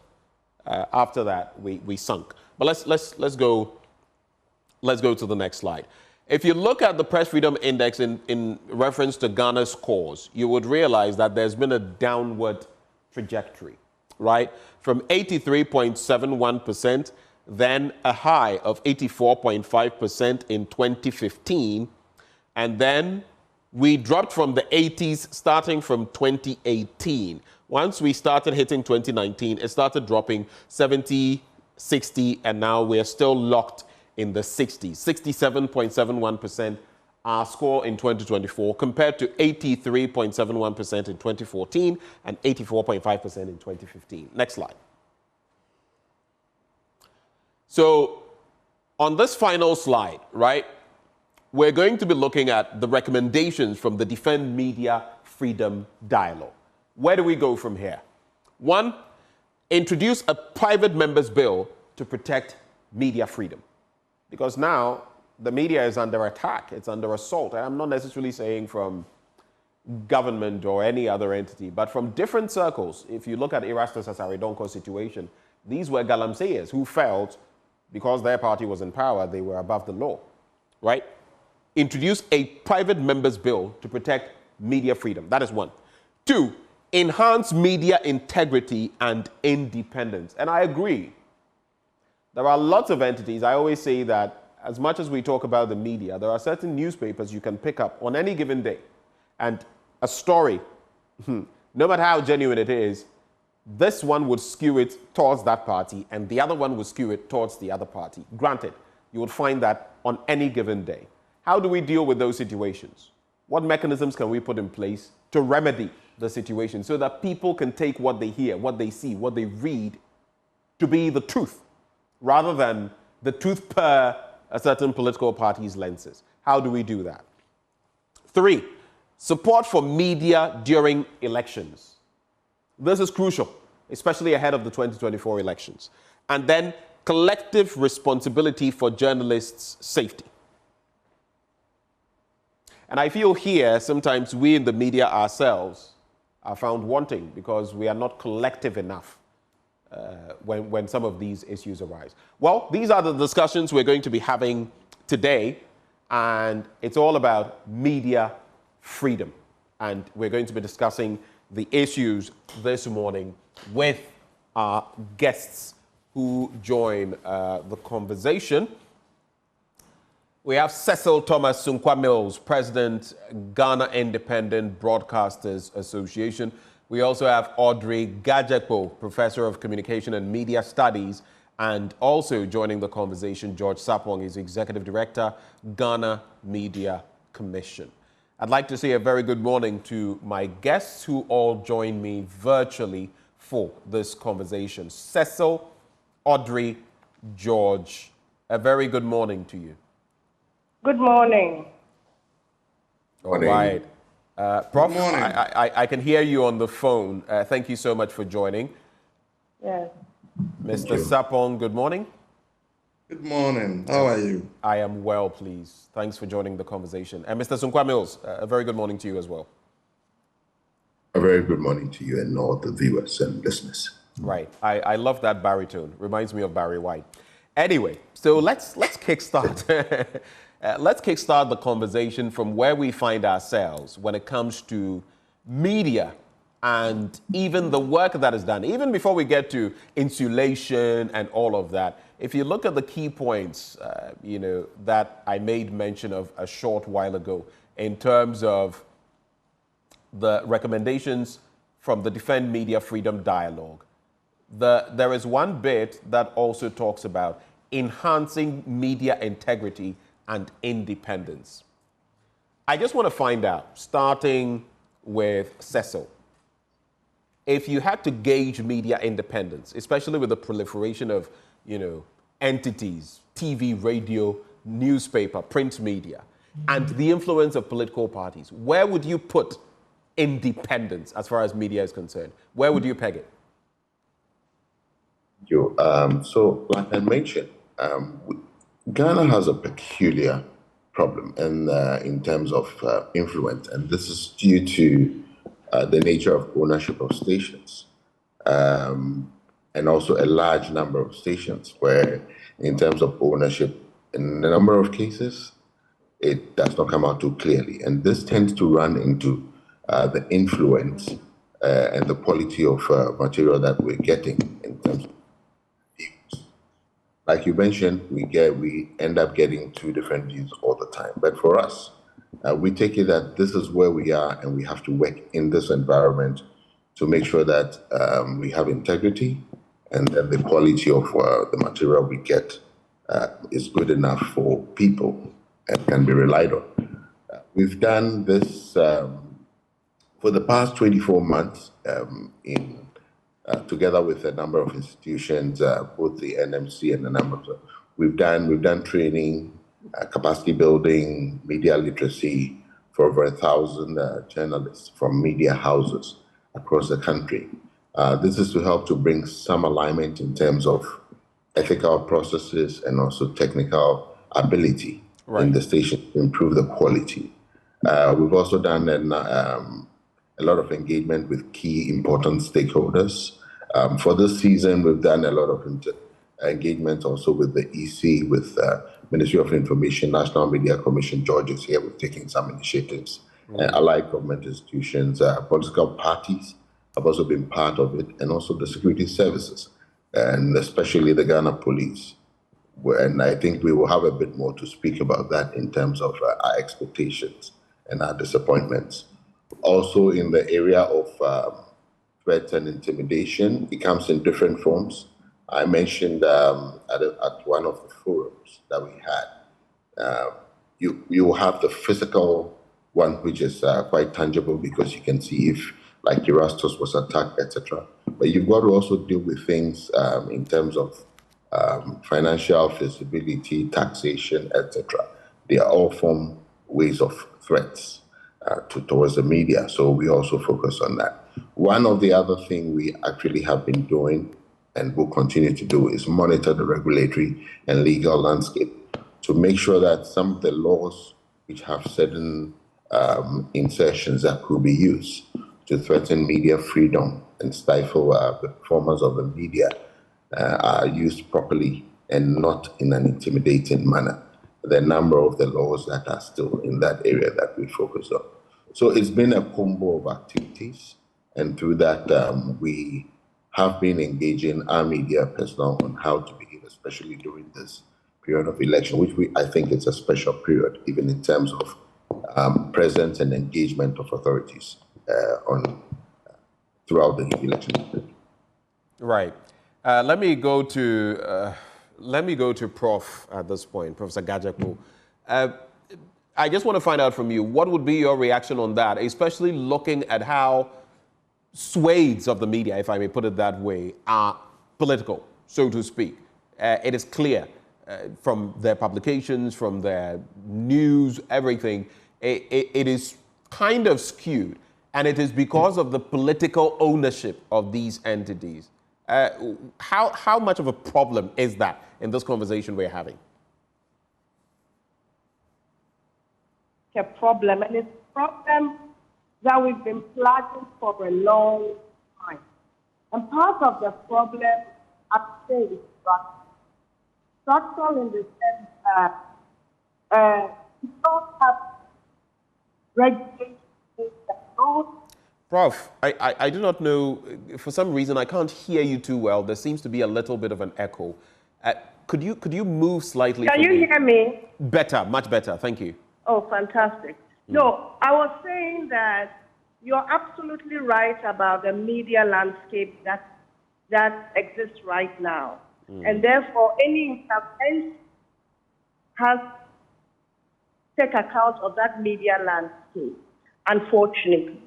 A very politicized media landscape where political persons own media. And it's not going to be very easy to fix that. And part of it is because there is no regulation in place, governing the broadcast space. Right. And we've been talking about this for many, many years, the lack of a broadcast law. And that should have happened at the beginning of when the airwaves were liberalized, in order that there are certain rules in place that says there should be more transparency, how we will grant licenses to people so that you don't have political operatives. When they are in power and they are influential, they can get licenses. The next government comes in place, they want more licenses for their people, etc. So it's a very difficult problem.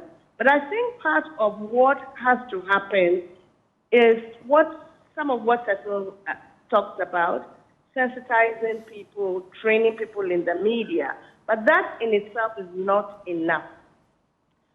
There has to be sanctions for impunity against media people, stronger sanctions, and it's not only politically exposed persons or aligned people who attack media. In fact, I took a little bit of exception in the characterization of the attack of the Galamseyers against Asari Donko.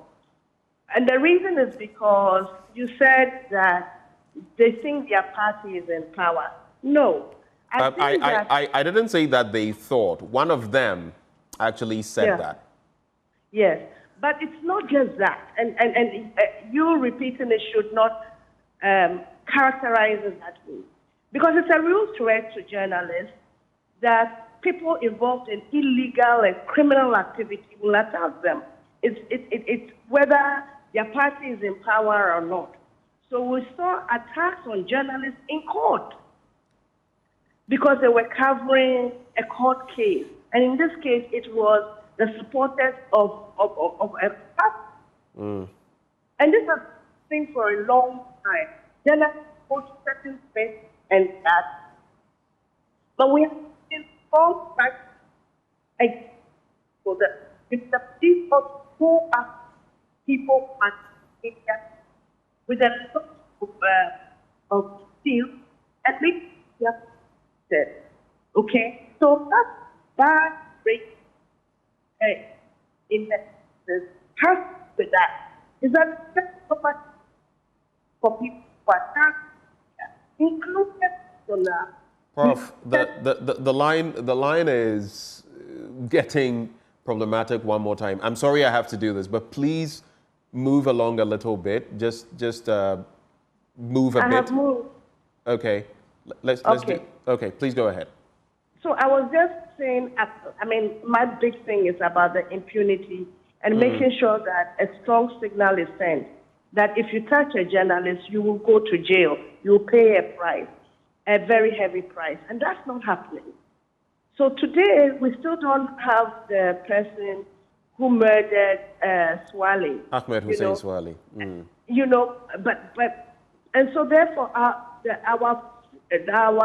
scores in freedom indices will always be poor if we don't deal with impunity against journalists. But I think that this document, the media,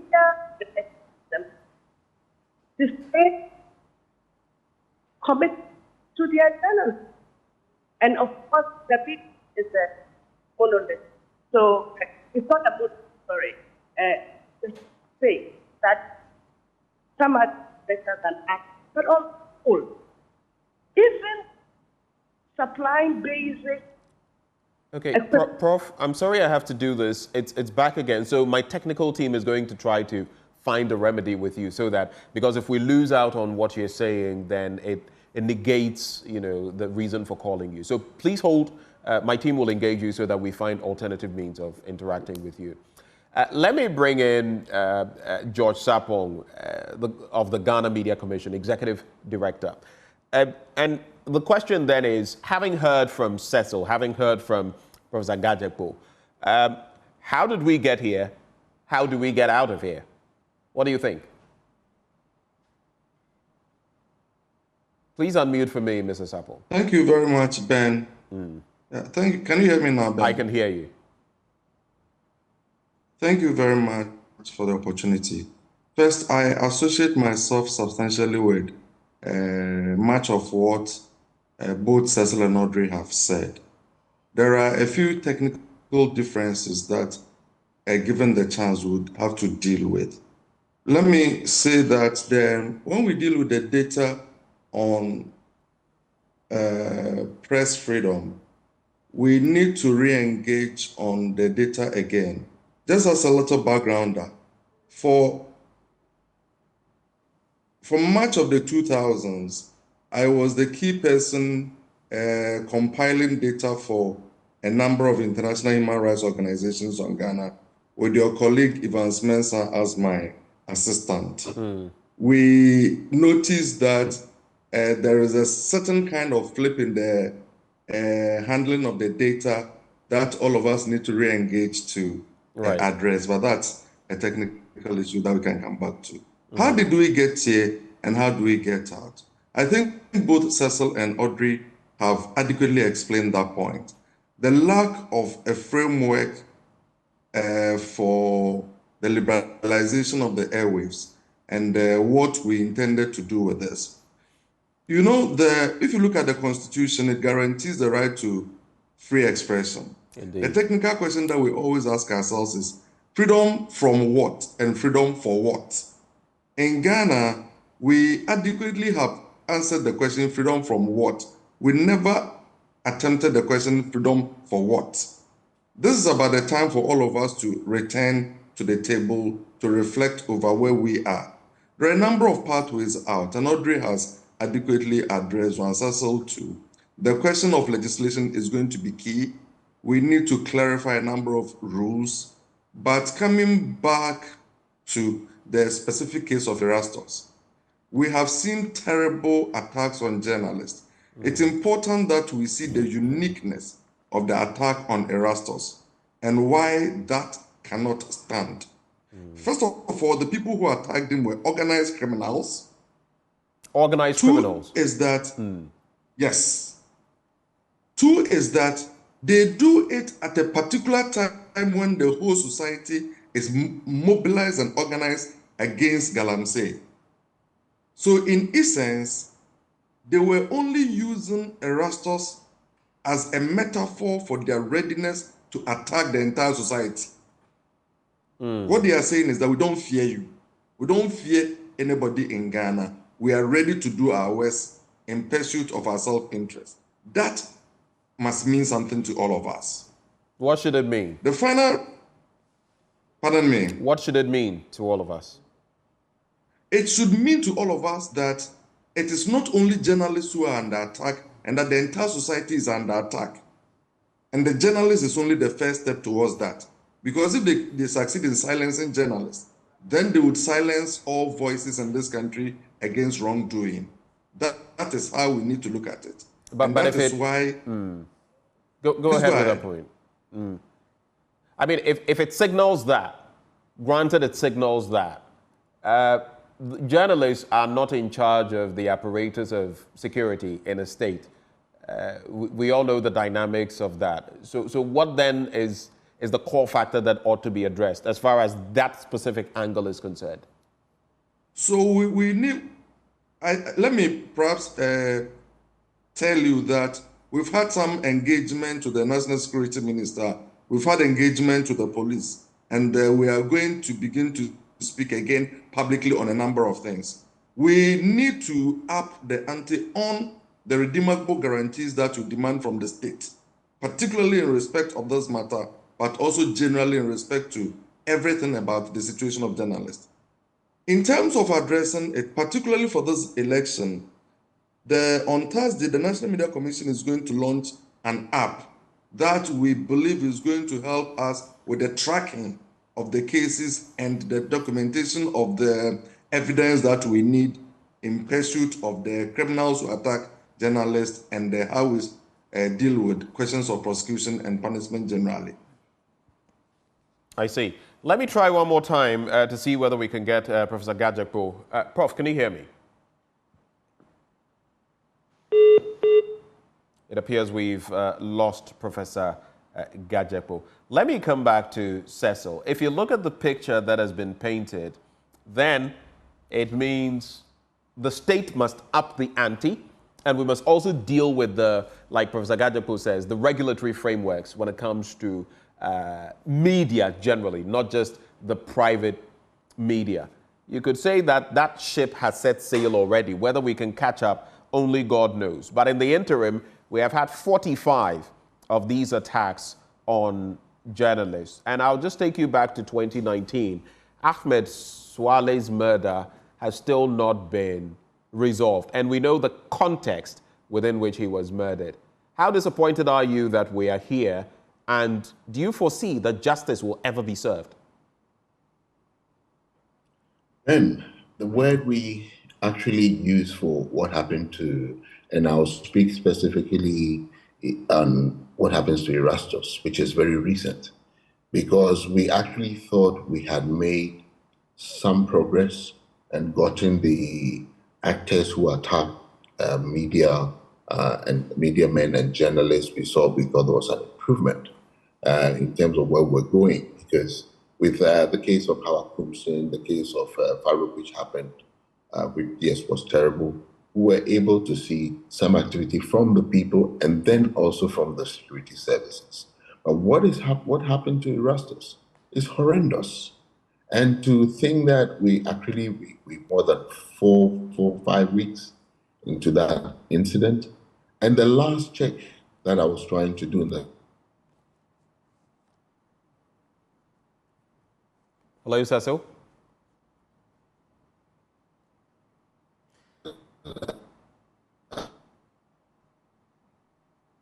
Can you hear me, Cecil?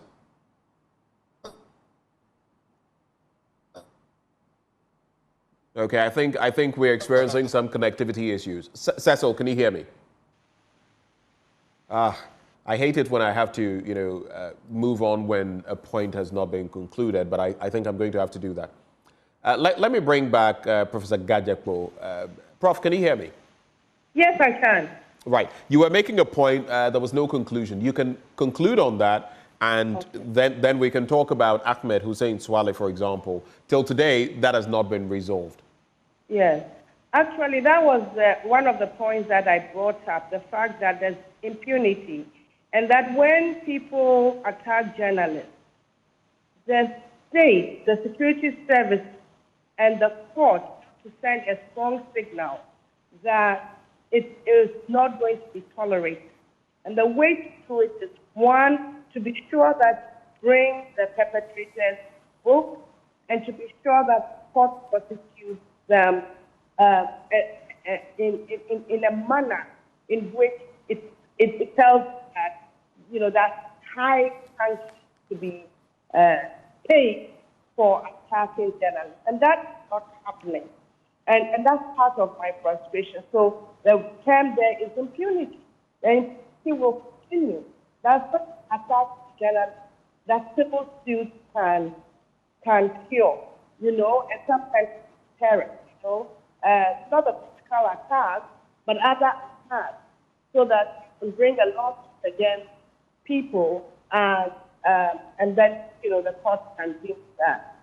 But you made a really point earlier on that I thought you need to understand that perhaps Cecil and Jordan there.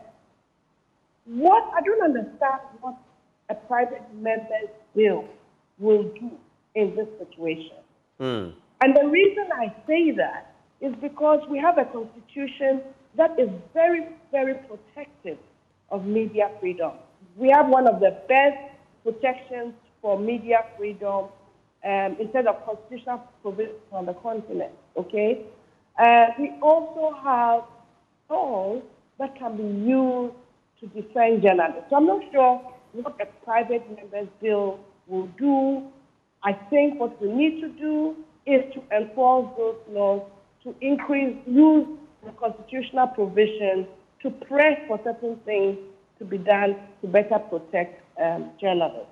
And I was saying also before... But the private member's bill, though you technically disagree with it, would it not add another layer, if you like, when you talk about increasing the protections constitution-wise? Is that not another way of doing it? After all, those are legislators that are being targeted. But we don't know what's in the bill. I don't know what is going to be proposed in the bill. And I'm interested in knowing what is going to be proposed in the bill. You see, because we are very good at legislating, having policies, we are terrible at implementation. You know, so if you have all of these things, but you don't implement, then you have done nothing at all. And that's my point. But I was also going to make a point, and now I forget what it is. About the responsibility of media organizations to better protect their journalists. You know, safety equipment for journalists. When journalists go on missions, a certain assessment to determine how risky the mission is, and therefore what kind of backup you will need to support the journalists should they get into trouble. You know, almost very, very few media organizations have even the most basic of protective wear for their journalists, bulletproof. And we see it on international media all the time. When journalists are going to demonstrations that would likely be risky, or to the war front or to conflict areas, they are protected. The gear. But we don't have that in this country. So there's a certain responsibility for media organizations to invest in the safety of the journalists. I see. Interesting points there. Let me bring in George Sarpong as well. Prof speaks about technically cracking the whip. But cracking the whip, how are you going to do that as far as the security services are concerned? Especially when, you know, the Ghana Police Service, for example, is a part of the executive arm of government. Some feel that some of these fetter the action of security operatives because then it is you versus government and you are part of the executive arm of government. How does that resonate with you? Challenge. It is a big challenge. And it happens on two levels. Level one is where the attack emanates directly from security agencies. And it is not only because they are government, but because officially they are leading the investigations. And there is no alternative to the facts that they establish. That is level number one. Level number two is the point you make. If it is about a political attack, how do you address it where there is concern that the security agency involved may not have the courage to deal with the matter? On that side, we can only believe in the integrity of the security forces to services to help all of us. But there is a point that Professor Gajeko made that is, I tend to share substantially, but I also thought that we needed to unpack a bit. Prof is right when he speaks of the, what do you call it, the protections that are afforded us under the Constitution, and perhaps the adequacy of it. But there are a number of issues that we have all discovered that we need to deal with. Before you go on, do you think the constitutional provisions are adequate? They are adequate, but we need something a little more to unpack those provisions. Okay. The Constitution provides the general philosophical framework. So when it says it gives us the right to free expression and gives us the legal protections, exactly what does that mean? So when a journalist is attacked, what should we do? For example, at the National Media Commission that has the constitutional responsibility for protecting the journalist, exactly what should we do? If the police arrest somebody in connection with attack on journalists, the person is taken through the same judicial process like every other person who has committed an offense. What is the justification why the case of a journalist must be lifted above the other cases that the police are investigating? Why should the Attorney General's department fast-track the prosecution process of an attack on journalists faster than an attack on a teacher or a doctor? When you have a legislative framework, an act of the nature that they are proposing, which clearly sets out how those procedural matters must be handled, in my view, it could be helpful. So what are you saying? What you're saying, Mr. Sarpong, is that it will be treated just like anybody else in the realm who is affected, who is attacked, and that we must add an additional layer, which would then ensure that as the fourth estate, as what people have come to realize is the entity holding our democracy together, playing a crucial role, there must be something specific for the media, and that is what will allow the processes to go through and protect media freedoms better. Is that what you're saying? Precisely. That's the point I'm trying to make. Okay. Okay. And this layer will be added on through the private members bill, or what specifically? So the private members is only indicating the source of the bill. In other words, if government is not interested in doing something like that, maybe some private member could do it. So the private members is not the interest for me, but the whole idea that there is legislation that details out what needs to be done in the case of an attack or threat on a journalist. Let me just ask you this quickly before I go back to Cecil. This private members bill you speak of, you do realize that we are talking about political actors, political elements, who themselves are beneficiaries of the system. How can you expect them, at least those in the legislature, to sort of fetter themselves as far as this is concerned? Because in the end, the buck stops with them. So let me quickly tell you a story. In the run-up to the repeal of the criminal libel law, we knew that there were a number of MPs who were opposed to the repeal. What did we do? We made it politically incorrect for them to stand on the floor of the House to oppose the repeal. Okay. And all that we did was to follow it very actively and to report on it and to expose anybody who sought to undermine our freedom by seeking to keep the law. And it seems to me that strategy can work again. If we keep our eyes on the ball, make sure that the provisions in the law are the right provisions that we need, and follow the processes in Parliament adequately, support those who support the law in terms of protecting journalists, expose those who seek to undermine the law in order to create greater vulnerability to the media. It seems to me this could work. Let me go back to Cecil. Cecil, can you hear me now? Mr. Sunkwa Mills, can you hear me, sir? Please unmute. Unmute.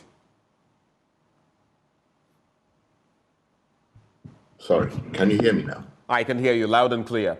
You were making a point. I don't know whether you'd like to go back to it, but if not, I would run by you the latest World Freedom Index, and you would see that we've moved from a high of 22nd place, that is in 2015. We've ranked in the top 30 for what? We ranked there for some 7 years thereabouts, and then we started this sharp spiral where we fell. It was a free fall. to the worst we had seen in about a decade, 62nd, and now we've clawed our way back to 50th position. Do you think it is reflective of the reality on the ground?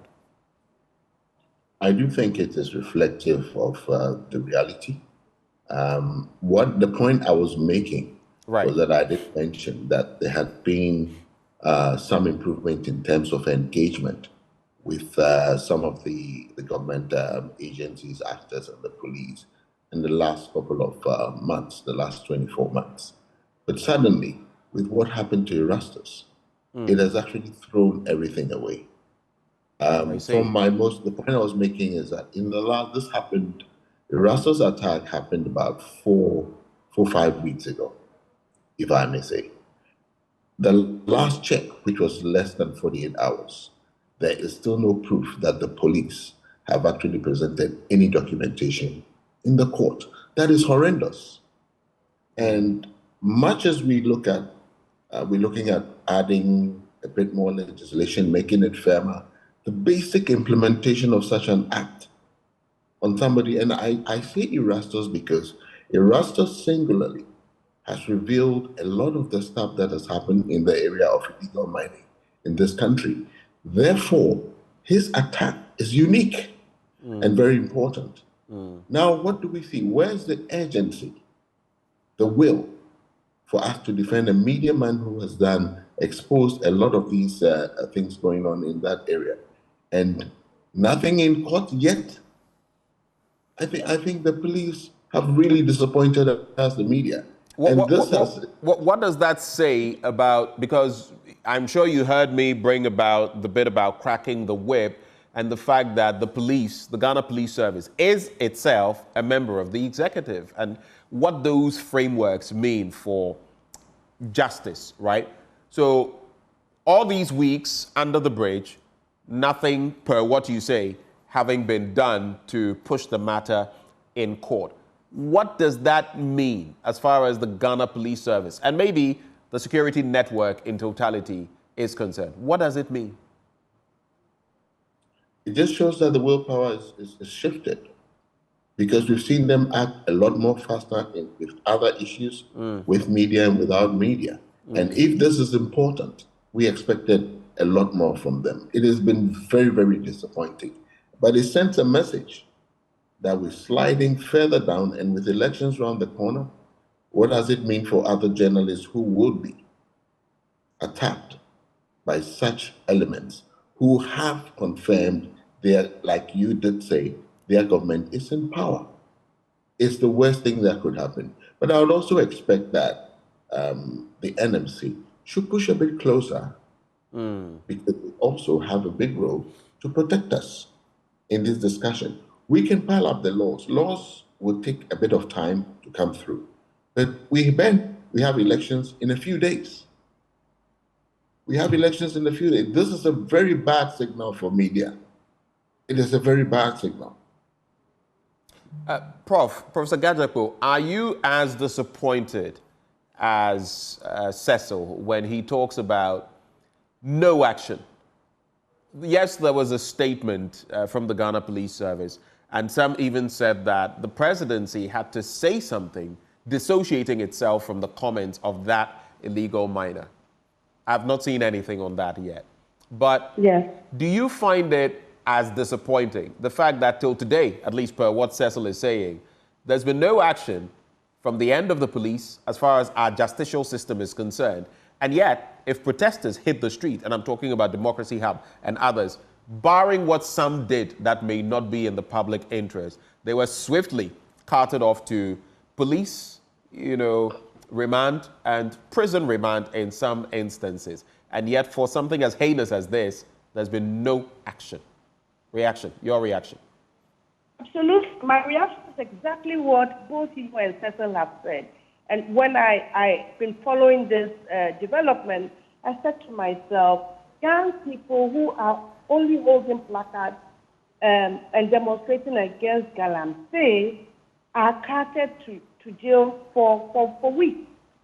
And people who actually are in the line of his duty haven't been brought to book. I may sound like a broken record. But that is the problem in this country. You know, and I think that we need the public to see the attack on Erasmus, as George rightly said, as an attack on everybody. We need those who are organizing against galamsey, and not just the young people on the street, but all of the institutions, including the TUC that threatened to go on strike, to see that impunity cannot be allowed in the case of Erasmus. Sometimes when it comes to press issues, media issues, people don't see it as if they're not in the media space, it's not their responsibility, or they're not that interested in taking umbrage and defending the media. And I guess some of it is rooted in how people see the partisanship of the media, etc., etc. However, in this case, it's really very important. And there are larger lessons ahead. You see, there are criminal gangs doing all kinds of things in this country as in any part of the world. So when you allow criminality, illegality, to attack some of your key institutions that will bring light to their criminal activity, you are in trouble. Because very, very soon, it will have a chilling effect. And so I really think that the coalition against galamsey should be the same coalition that will put pressure on government, on the security forces, to make sure that people pay for what happened to Erasmus. Not just because he's a media person. That, of course, is extremely important, but also because of what, as George says, it symbolizes. And I believe we've addressed, to some extent, the first 2 points, the recommendations from that Defend Media Freedom Dialogue, introducing a private members bill to protect media freedom, and you've shared your thoughts on them, and also enhancing media integrity and independence. But I just want us to focus a little bit more, because you're an academic, on point 2, enhancing media integrity and independence. Beyond what has been said, what more can be done? Because look, just this morning, and for the sake of courtesy, right, decorousness, I don't want to mention the paper, but we looked at a certain story pointing to a certain political party, right? And like I said, you can tell, if I can name at least 5 or 6 newspapers, 3 of them, if there were one story, will be skewed towards one party in the political spectrum. The other 3 would be skewed towards another party in our political spectrum. And this story that was put out this morning, which we looked at in the news review, had no backing, no proof, no interview, but it was in there as a sort of commentary or attack on another party. So I ask, how do we enhance media integrity and independence? Maybe starting from the academic standpoint. Well, I don't know that it's starting from the academic standpoint. I'm only starting from there because you work in that field. That's No. I'm responding to you. Right. And it's not an academic issue.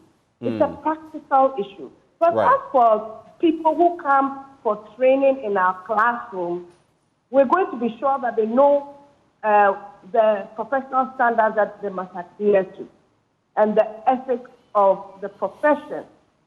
But the problem with our media landscape is that nobody is under any obligation to engage trained journalists. 1. 2, as we said, there's a lot of partisan media, and their motivation for doing journalism is not for public interest, not for informing and educating public necessarily, but for advancing their parochial political agendas, you know. So it's very, very difficult when you talk about that, because ultimately the issue has to come from the media organization. We need to believe in press freedom. You don't want outside people to come and discipline people in your media. That would be an infringement on media freedom. Right. So the onus of media organizations is stronger self-regulation. You know, how do you do that when the owner is not interested in pushing integrity in their newsroom, they're interested in something else. And in fact, they tend to reward journalists who do the wrong thing. I mean, I'm the patron of Alliance for Women in the Media. We've had calls to go to TV3, for example, to complain about the action of Captain Smart. And the FT has had calls also to complain, but he's still on the airwaves. There's no sanction against people like that. Why? Because they bring revenue to the media house, especially because of their unethical, unprofessional practices. It's a difficult thing. I see. And those are important points you make. For you, George and Cecil, I'll start with you, Cecil. Just brief thoughts, because I think you've touched on this a bit. But what would be your quick reactions on that? Enhancing media integrity and independence, especially with a lot of the political actors owning media entities. You said something, but do you have any afterthoughts on it briefly? I'll start with you, Cecil. Yeah, I think on the midterm, because I'm looking at where we are now, it would have been lovely if we had the broadcasting bill and the broadcasting law, which actually could help to fix and structure the expectations, the standards that each station must have. Unfortunately, we do not have it as we speak today. And so we will have to do a lot more monitoring. And I think recently the Media Foundation for West Africa, Global Fact Space, they launched an information integrity setup.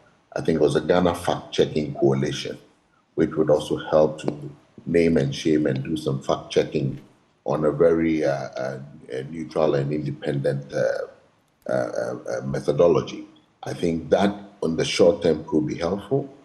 Okay, but now I think the other thing is to leave the NMC to see that with the existing laws, what can they do? But the broadcasting law ultimately would have been a perfect solution, which gives a structured and fair way of what the expectation should be. But currently, where we are, would use the leader of the Ghana Fact-Checking Coalition is a good one.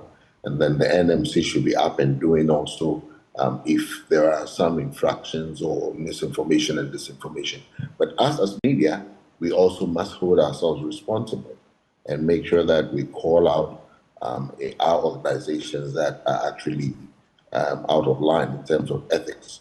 Unfortunately, a lot of some of the stations which are aligned are not non-aligned or have different ownership may not even be part of the actual giver membership for us to put our code of ethics on their head. So they will prefer to run free. And this period for election is when they actually get really active with their stuff, like you can see.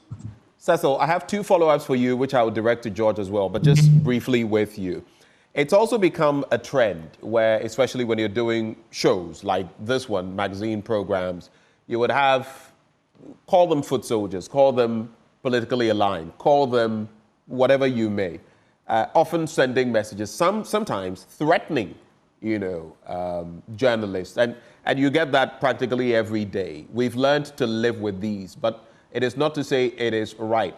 Should we clamp down to the point where if people send such messages, the Ghana Police Service, for example, come in, investigate, find out who is behind that message, and deal with the person according to the law? Because it is the order of the day. And if you even follow many of these shows, you would realize that this is exactly what happens. The other side of it, some would also say that if you do this, you would be weaponizing some of these policies against certain media houses. You remember when there was talk in the first 4 years of the MPP about some stations not having licenses and all that, and how some people saw it to be political. Some say that you would then be weaponizing this so that depending on which political regime is in power, they can target certain media entities and say, well, yeah, this and that. What do you think about these 2 points?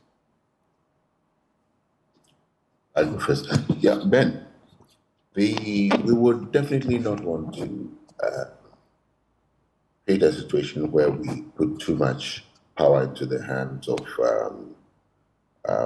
security forces in the manner that you say, because we are currently not comfortable enough based on the frameworks that exist, that this will be done fairly.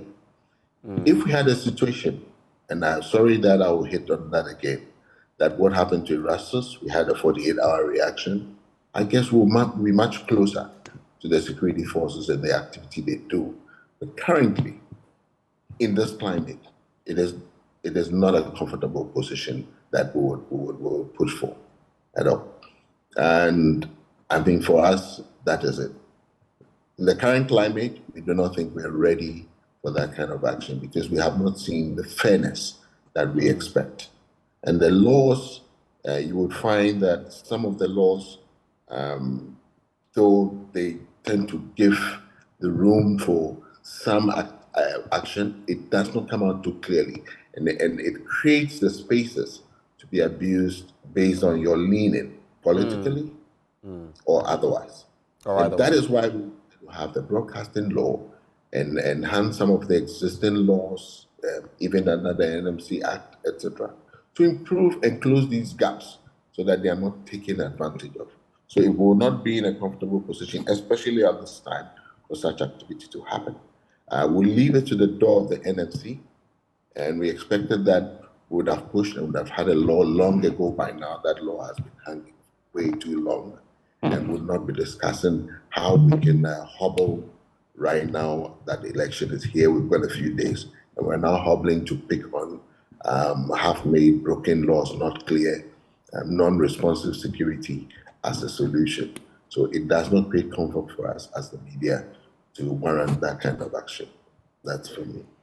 George, we're winding down on the conversation. What would be your reaction to that same point? Yeah. First of all, I think that, that all three of us believe in something very strongly, but because of time, I'm sure both Audrey and Cecil didn't get the time to address that. We have no kind words for irresponsible journalism.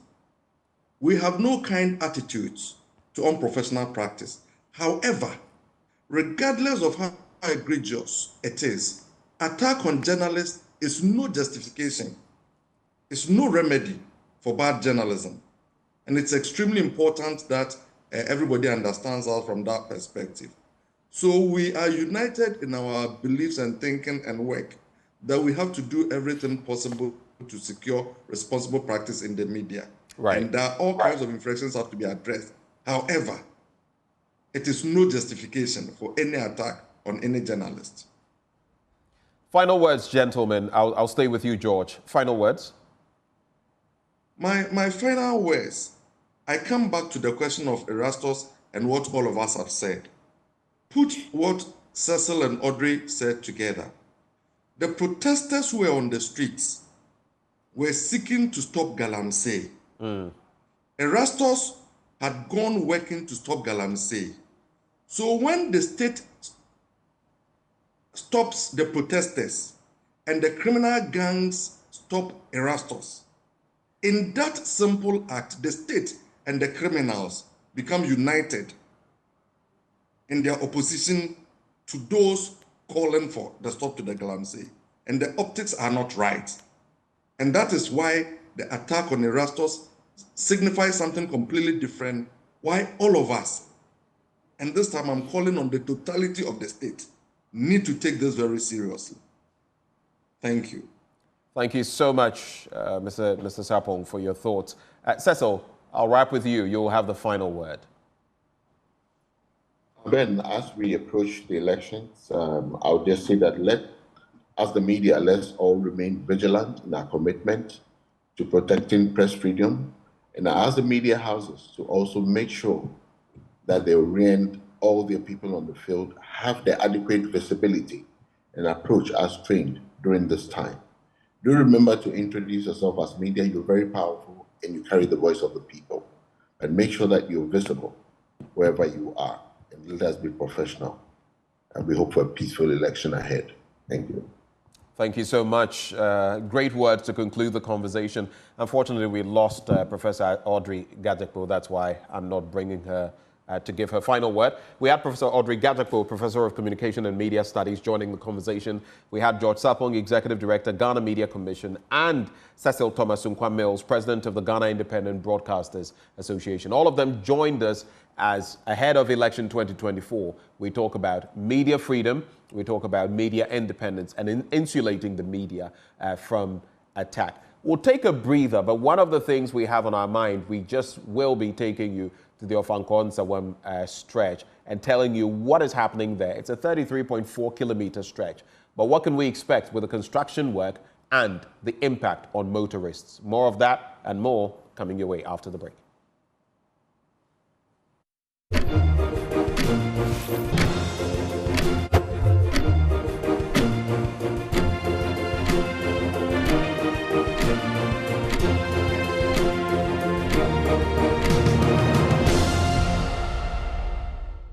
This is the AM show. Welcome back. We take you now to the 33.4-kilometer Ofankor-Nsawam Road dualization and upgrading project, where this massive construction is also creating massive constraints for motorists, residents who ply that route. Well, we're taking you to that stretch now because Sweetie Abochi is on hand at the Ofankor barrier, and she is going to share with us the stories of some of those who ply that route. Sweetie Abochi, if you can hear me, over to you. The road. And I want to show you, if my cameraman will follow me, I want to show you what is really causing the traffic. You can see that there are small stretches of untarred road in between the tarred roads. And right here, I mean, this is a clear demonstration of why the traffic situation here gets really bad. So when cars are coming off from the completed or the constructed tarred roads, they have to take their time and get onto the untarred road and then back onto tarred roads. And it has pockets. These are, it is all over from here all the way to Pokwasi. We see small stretches or disconnections between tarred roads and untarred roads. And so the tipping point is where the danger is. If you don't take time, you might just get in danger.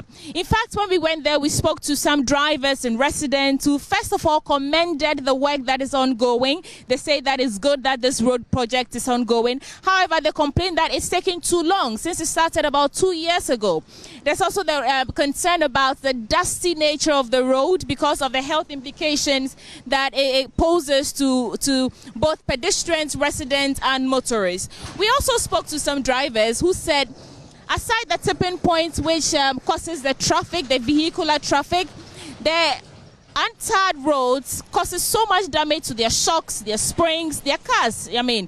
And they will plead that the constructors or engineers factor in their cars in the course of their planning. But what's also interesting is that we spoke to some police officers off the camera, off the record, who told us that in a day, about 5 trucks break down. I mean, of course, these trucks have their own problems, but a contributing factor to the increase in number of trucks that break down on a daily basis is also because of the nature of the road. And so here we are at Nsawam. We are just coming from Nsawam. We are at Ofankor barrier right now, and maybe in our subsequent episodes we will show you those conversations we had with the drivers, pedestrians, and motorists. But what's interesting again is that all of them agree that the construction of the road is good. However, there was a time when they had blocked some parts of the road in order to construct a gutter. There was no gutter there. In the course of doing that, they ended up blocking about a kilometer stretch of the road, which caused so much human traffic, not vehicular traffic. So, for example, if you're coming from Pokwase to some towns, as the man mentioned, you had to go all the way back towards Awoshi thereabouts before you could get onto the road. So, I mean, what I infer from that is that the engineers or the constructors, when planning, they don't factor in the people and how they can easily move from point A to point B, and how that should be factored in the way they go ahead to construct the roads. We spoke to one driver or so, and who told us that he thinks, in his own knowledge or wisdom or expertise, that they should have at least completed one complete stretch of the road, one side of the road, before moving on to the other. What they've done is to construct small stretches, sometimes big stretches of road, but it is not well connected. So as you can see, these cars coming down here are coming from a tarred road onto an untarred road and back onto a tarred road, and that makes it very dangerous, and that is the cause of the traffic. But we did see that construction is ongoing. The engineers and contractors and the foreman said they can't speak to us, they don't have clearance to speak to us, but we saw that they are working, and they say that hopefully by the end of this year they should reach some significant conclusion of some parts of the road. But to actually complete everything, they're looking at about 3-4 years. And so, well, that's what we have for you right now. And hopefully we'll be able to bring you those conversations about the people lamenting about how the traffic is slowing down their businesses. They're unable to sleep because they have to wake up early in order to avoid the traffic situation. And some of them say they have to wear nose masks all the time because the dust is just bad for their health. And I mean, there are so many issues going on here, but basically the traffic, the dust, and easy flow of human activities on the road when these contractors block some parts of the road also in their bid to do their work. Those are the major challenges that they're facing here on this 33.4 kilometer in Sawamo-Fankor stretch of road and in that dollarization project. Thank you so much.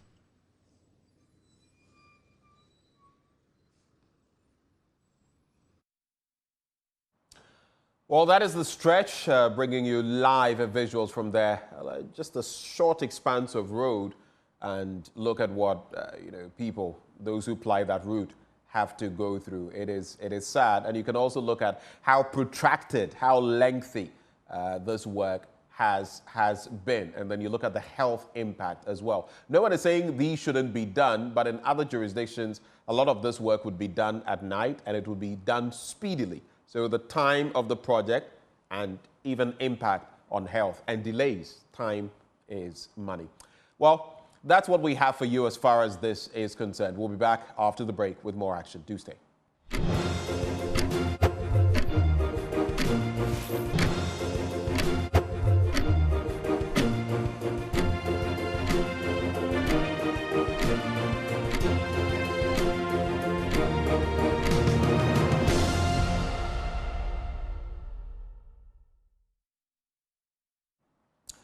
Welcome back. This is the AM show. We're capping off the show with you. Yes, you. We'd love to hear from you. Dial that number at the bottom of your screen, 0302-211-691. And here's why.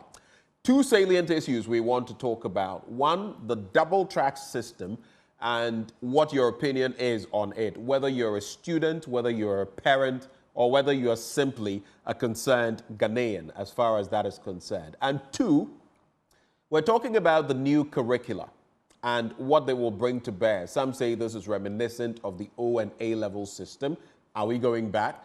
Others say it is to stay abreast with the times in terms of robotics and all of that, some physical education, and then the interweaving of some courses into even the general arts and business areas. But what do you say? That is what we're interested in shaping this policy, in shaping the curricula. So two issues. You can talk about other things as well, but our focus this morning on those two issues. The new curricula, what is your take on them? And then we're also looking at the double track system in our schools at the secondary level. What is your take? Call that number 0302-211-691. And let's have a conversation. We have Hamza on the line. Good morning, Hamza. Hamza, can you hear me? Yes, I can hear you clearly. It's been a while, Ben. It has. Hamza, please do me a favor. Don't listen to me on your TV set, and that's for the rest of you. I'm listen not doing to that. me on My phone. TV is off. Great. Go ahead with your thoughts. I would like to talk a bit about the double track, and then you said any other issue, right? So you can talk about the curricula, and well, if you have any other issue, you can delve into Yes, I will touch about the double track. Clearly, then, as we all can see, and then see the complaints from the students themselves and the parents. Truly, this policy needs to be reviewed. It is just simple as that. But it's just because, there is a comment that the VSHS might not be introduced on the fiscal promise of it. That is clearly what is playing now. It's just because it was a promise. So even if you have an idea that will enhance it, no, don't bring it on board. You understand? You manage it as it is. But if you look at most of the ministers, the MPs, their children are not attending these VSHS because of the challenges they are having. You understand? And so I think a review and then, the double track, fine, but now it has stayed its time, it must go. That is one. Second, two is when Parliament reconvened the other time, that was the first time before this one, before the Speaker adjourned.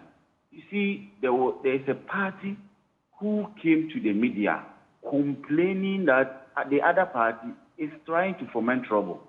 Meanwhile, we saw this same party who were complaining that the others want to foment trouble, bashing their people to the core. And then it has died. It is dead. No, we didn't talk about it much. It needs to be condemned. It was a recipe for chaos that day. And then, the media, and then, it is dead. This is what we should condemn. Another thing is that we talk about Speaker, the standoff in Parliament. Several times, Fenyo Markin disrespecting the Speaker. The other time, I learned Mutaka Mohammed. What do you mean by disrespecting the Speaker? Yes, we used to see him when he stand on his feet and to speak. He used to call the Speaker a liar. We watch it. And then he has his children in the house watching him.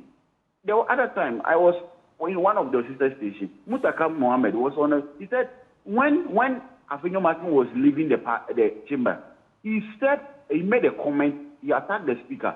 If he would put it out. But the Speaker kept him. If you want things to be meant amicable, you go with a sober hand. You just go in the way that you compromise. You don't go with your ego speaking. You come to the media, then you speak anyhow to the Speaker, then you want to go back then apologize, appeal to him to do the right thing.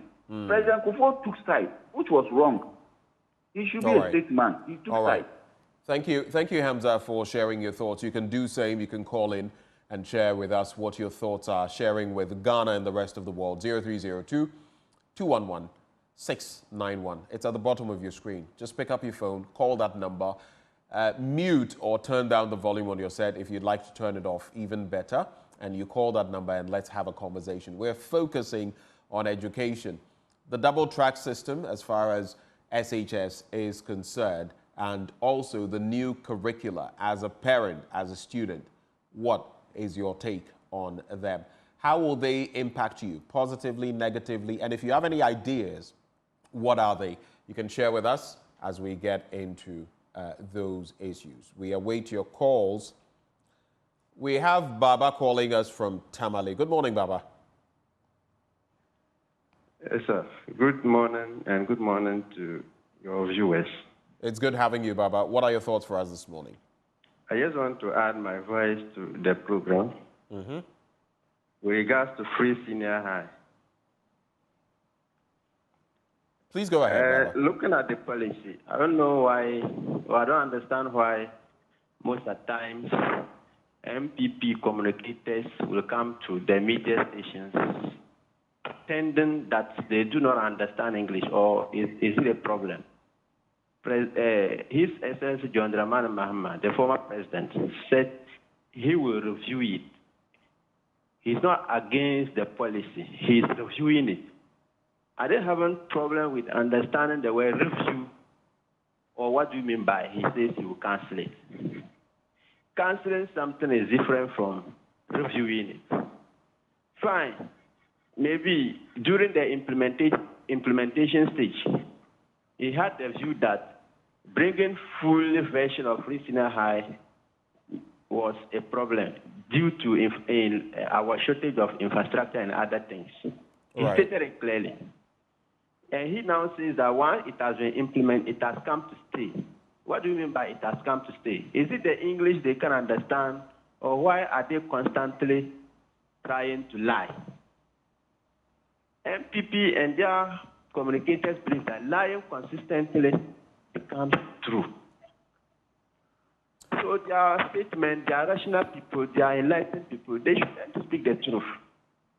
All right. It's these lies that they use in ruling our country. That is why we are in this crisis. They don't always tell us the truth. Let's stand by the truth, whatever it is. We appreciate their effort. Fine. They have done their part by implementing the free senior high. It has helped Ghanaians.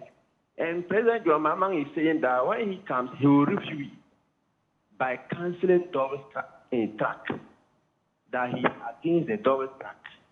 And really, double track is not helping.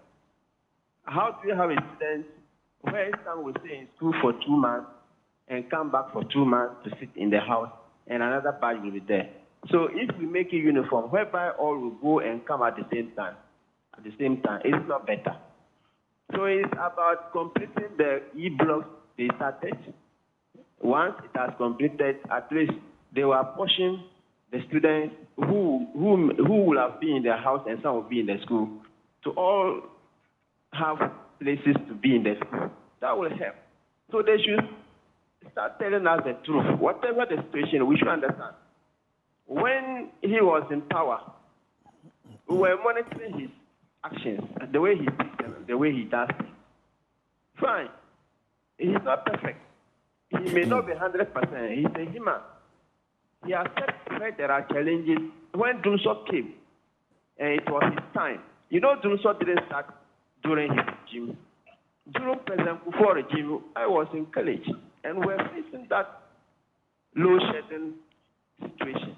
But during his time, it was where he accepted it as a responsibility. Because Ghana entrusted the responsibility into his hands, and that was why he was made the president. So when a situation comes at your regime, don't refer it back to your predecessors. Accept it and face the challenge. And when he accepted it, well-meaning people helped him with ideas, and it was solved. It's the same as when this Galamsey issue came. All right. All right. They were then referring or pushing it back to the previous government. In reality, President John Mahama was the president and contested in 2016, but he didn't win. Sorry, in 2016, he didn't win again. Why? All right. Thank you for your thoughts, Hamza. Thank you for calling and sharing those thoughts with us. You can also call and share your thoughts with us, 0302-211-691, 0302-211-691. Maybe at some point before we conclude the call-in segment or the conversations, we shall take you to court as well, as far as today's court ruling is concerned. You know, today is that day where we're going to be hearing, as far as the tussle in Parliament is concerned, what the court's decision is. So we'll be going there as well in a bit. But you can still call that number 0302-211-691, 0302-211-691 with your thoughts for us. We have Michael calling from Kumasi. Michael, a very good morning to you. What are your thoughts for us? Can you hear me, Michael? Yeah, good morning, sir. Please hope you're doing well. And please speak up. Michael, please speak up. Go ahead. thank you very much for the opportunity given me this morning. Yeah, please, I just want to add my voice to the challenges confronting the free SHS, the students and the teachers too. Since the implementation of this policy, free SHS, I know full well that many people have benefited from the policy, but we cannot overlook the challenges that this policy has brought upon the students and the teachers. Most of the teachers they know the kind of challenges that they are facing. But, you know, in this government, another regime will be tied to every student, any teacher who criticizes this policy. You know the implications that many teachers have suffered. But we as parents, we will not keep mute. We will talk about it because it's our words.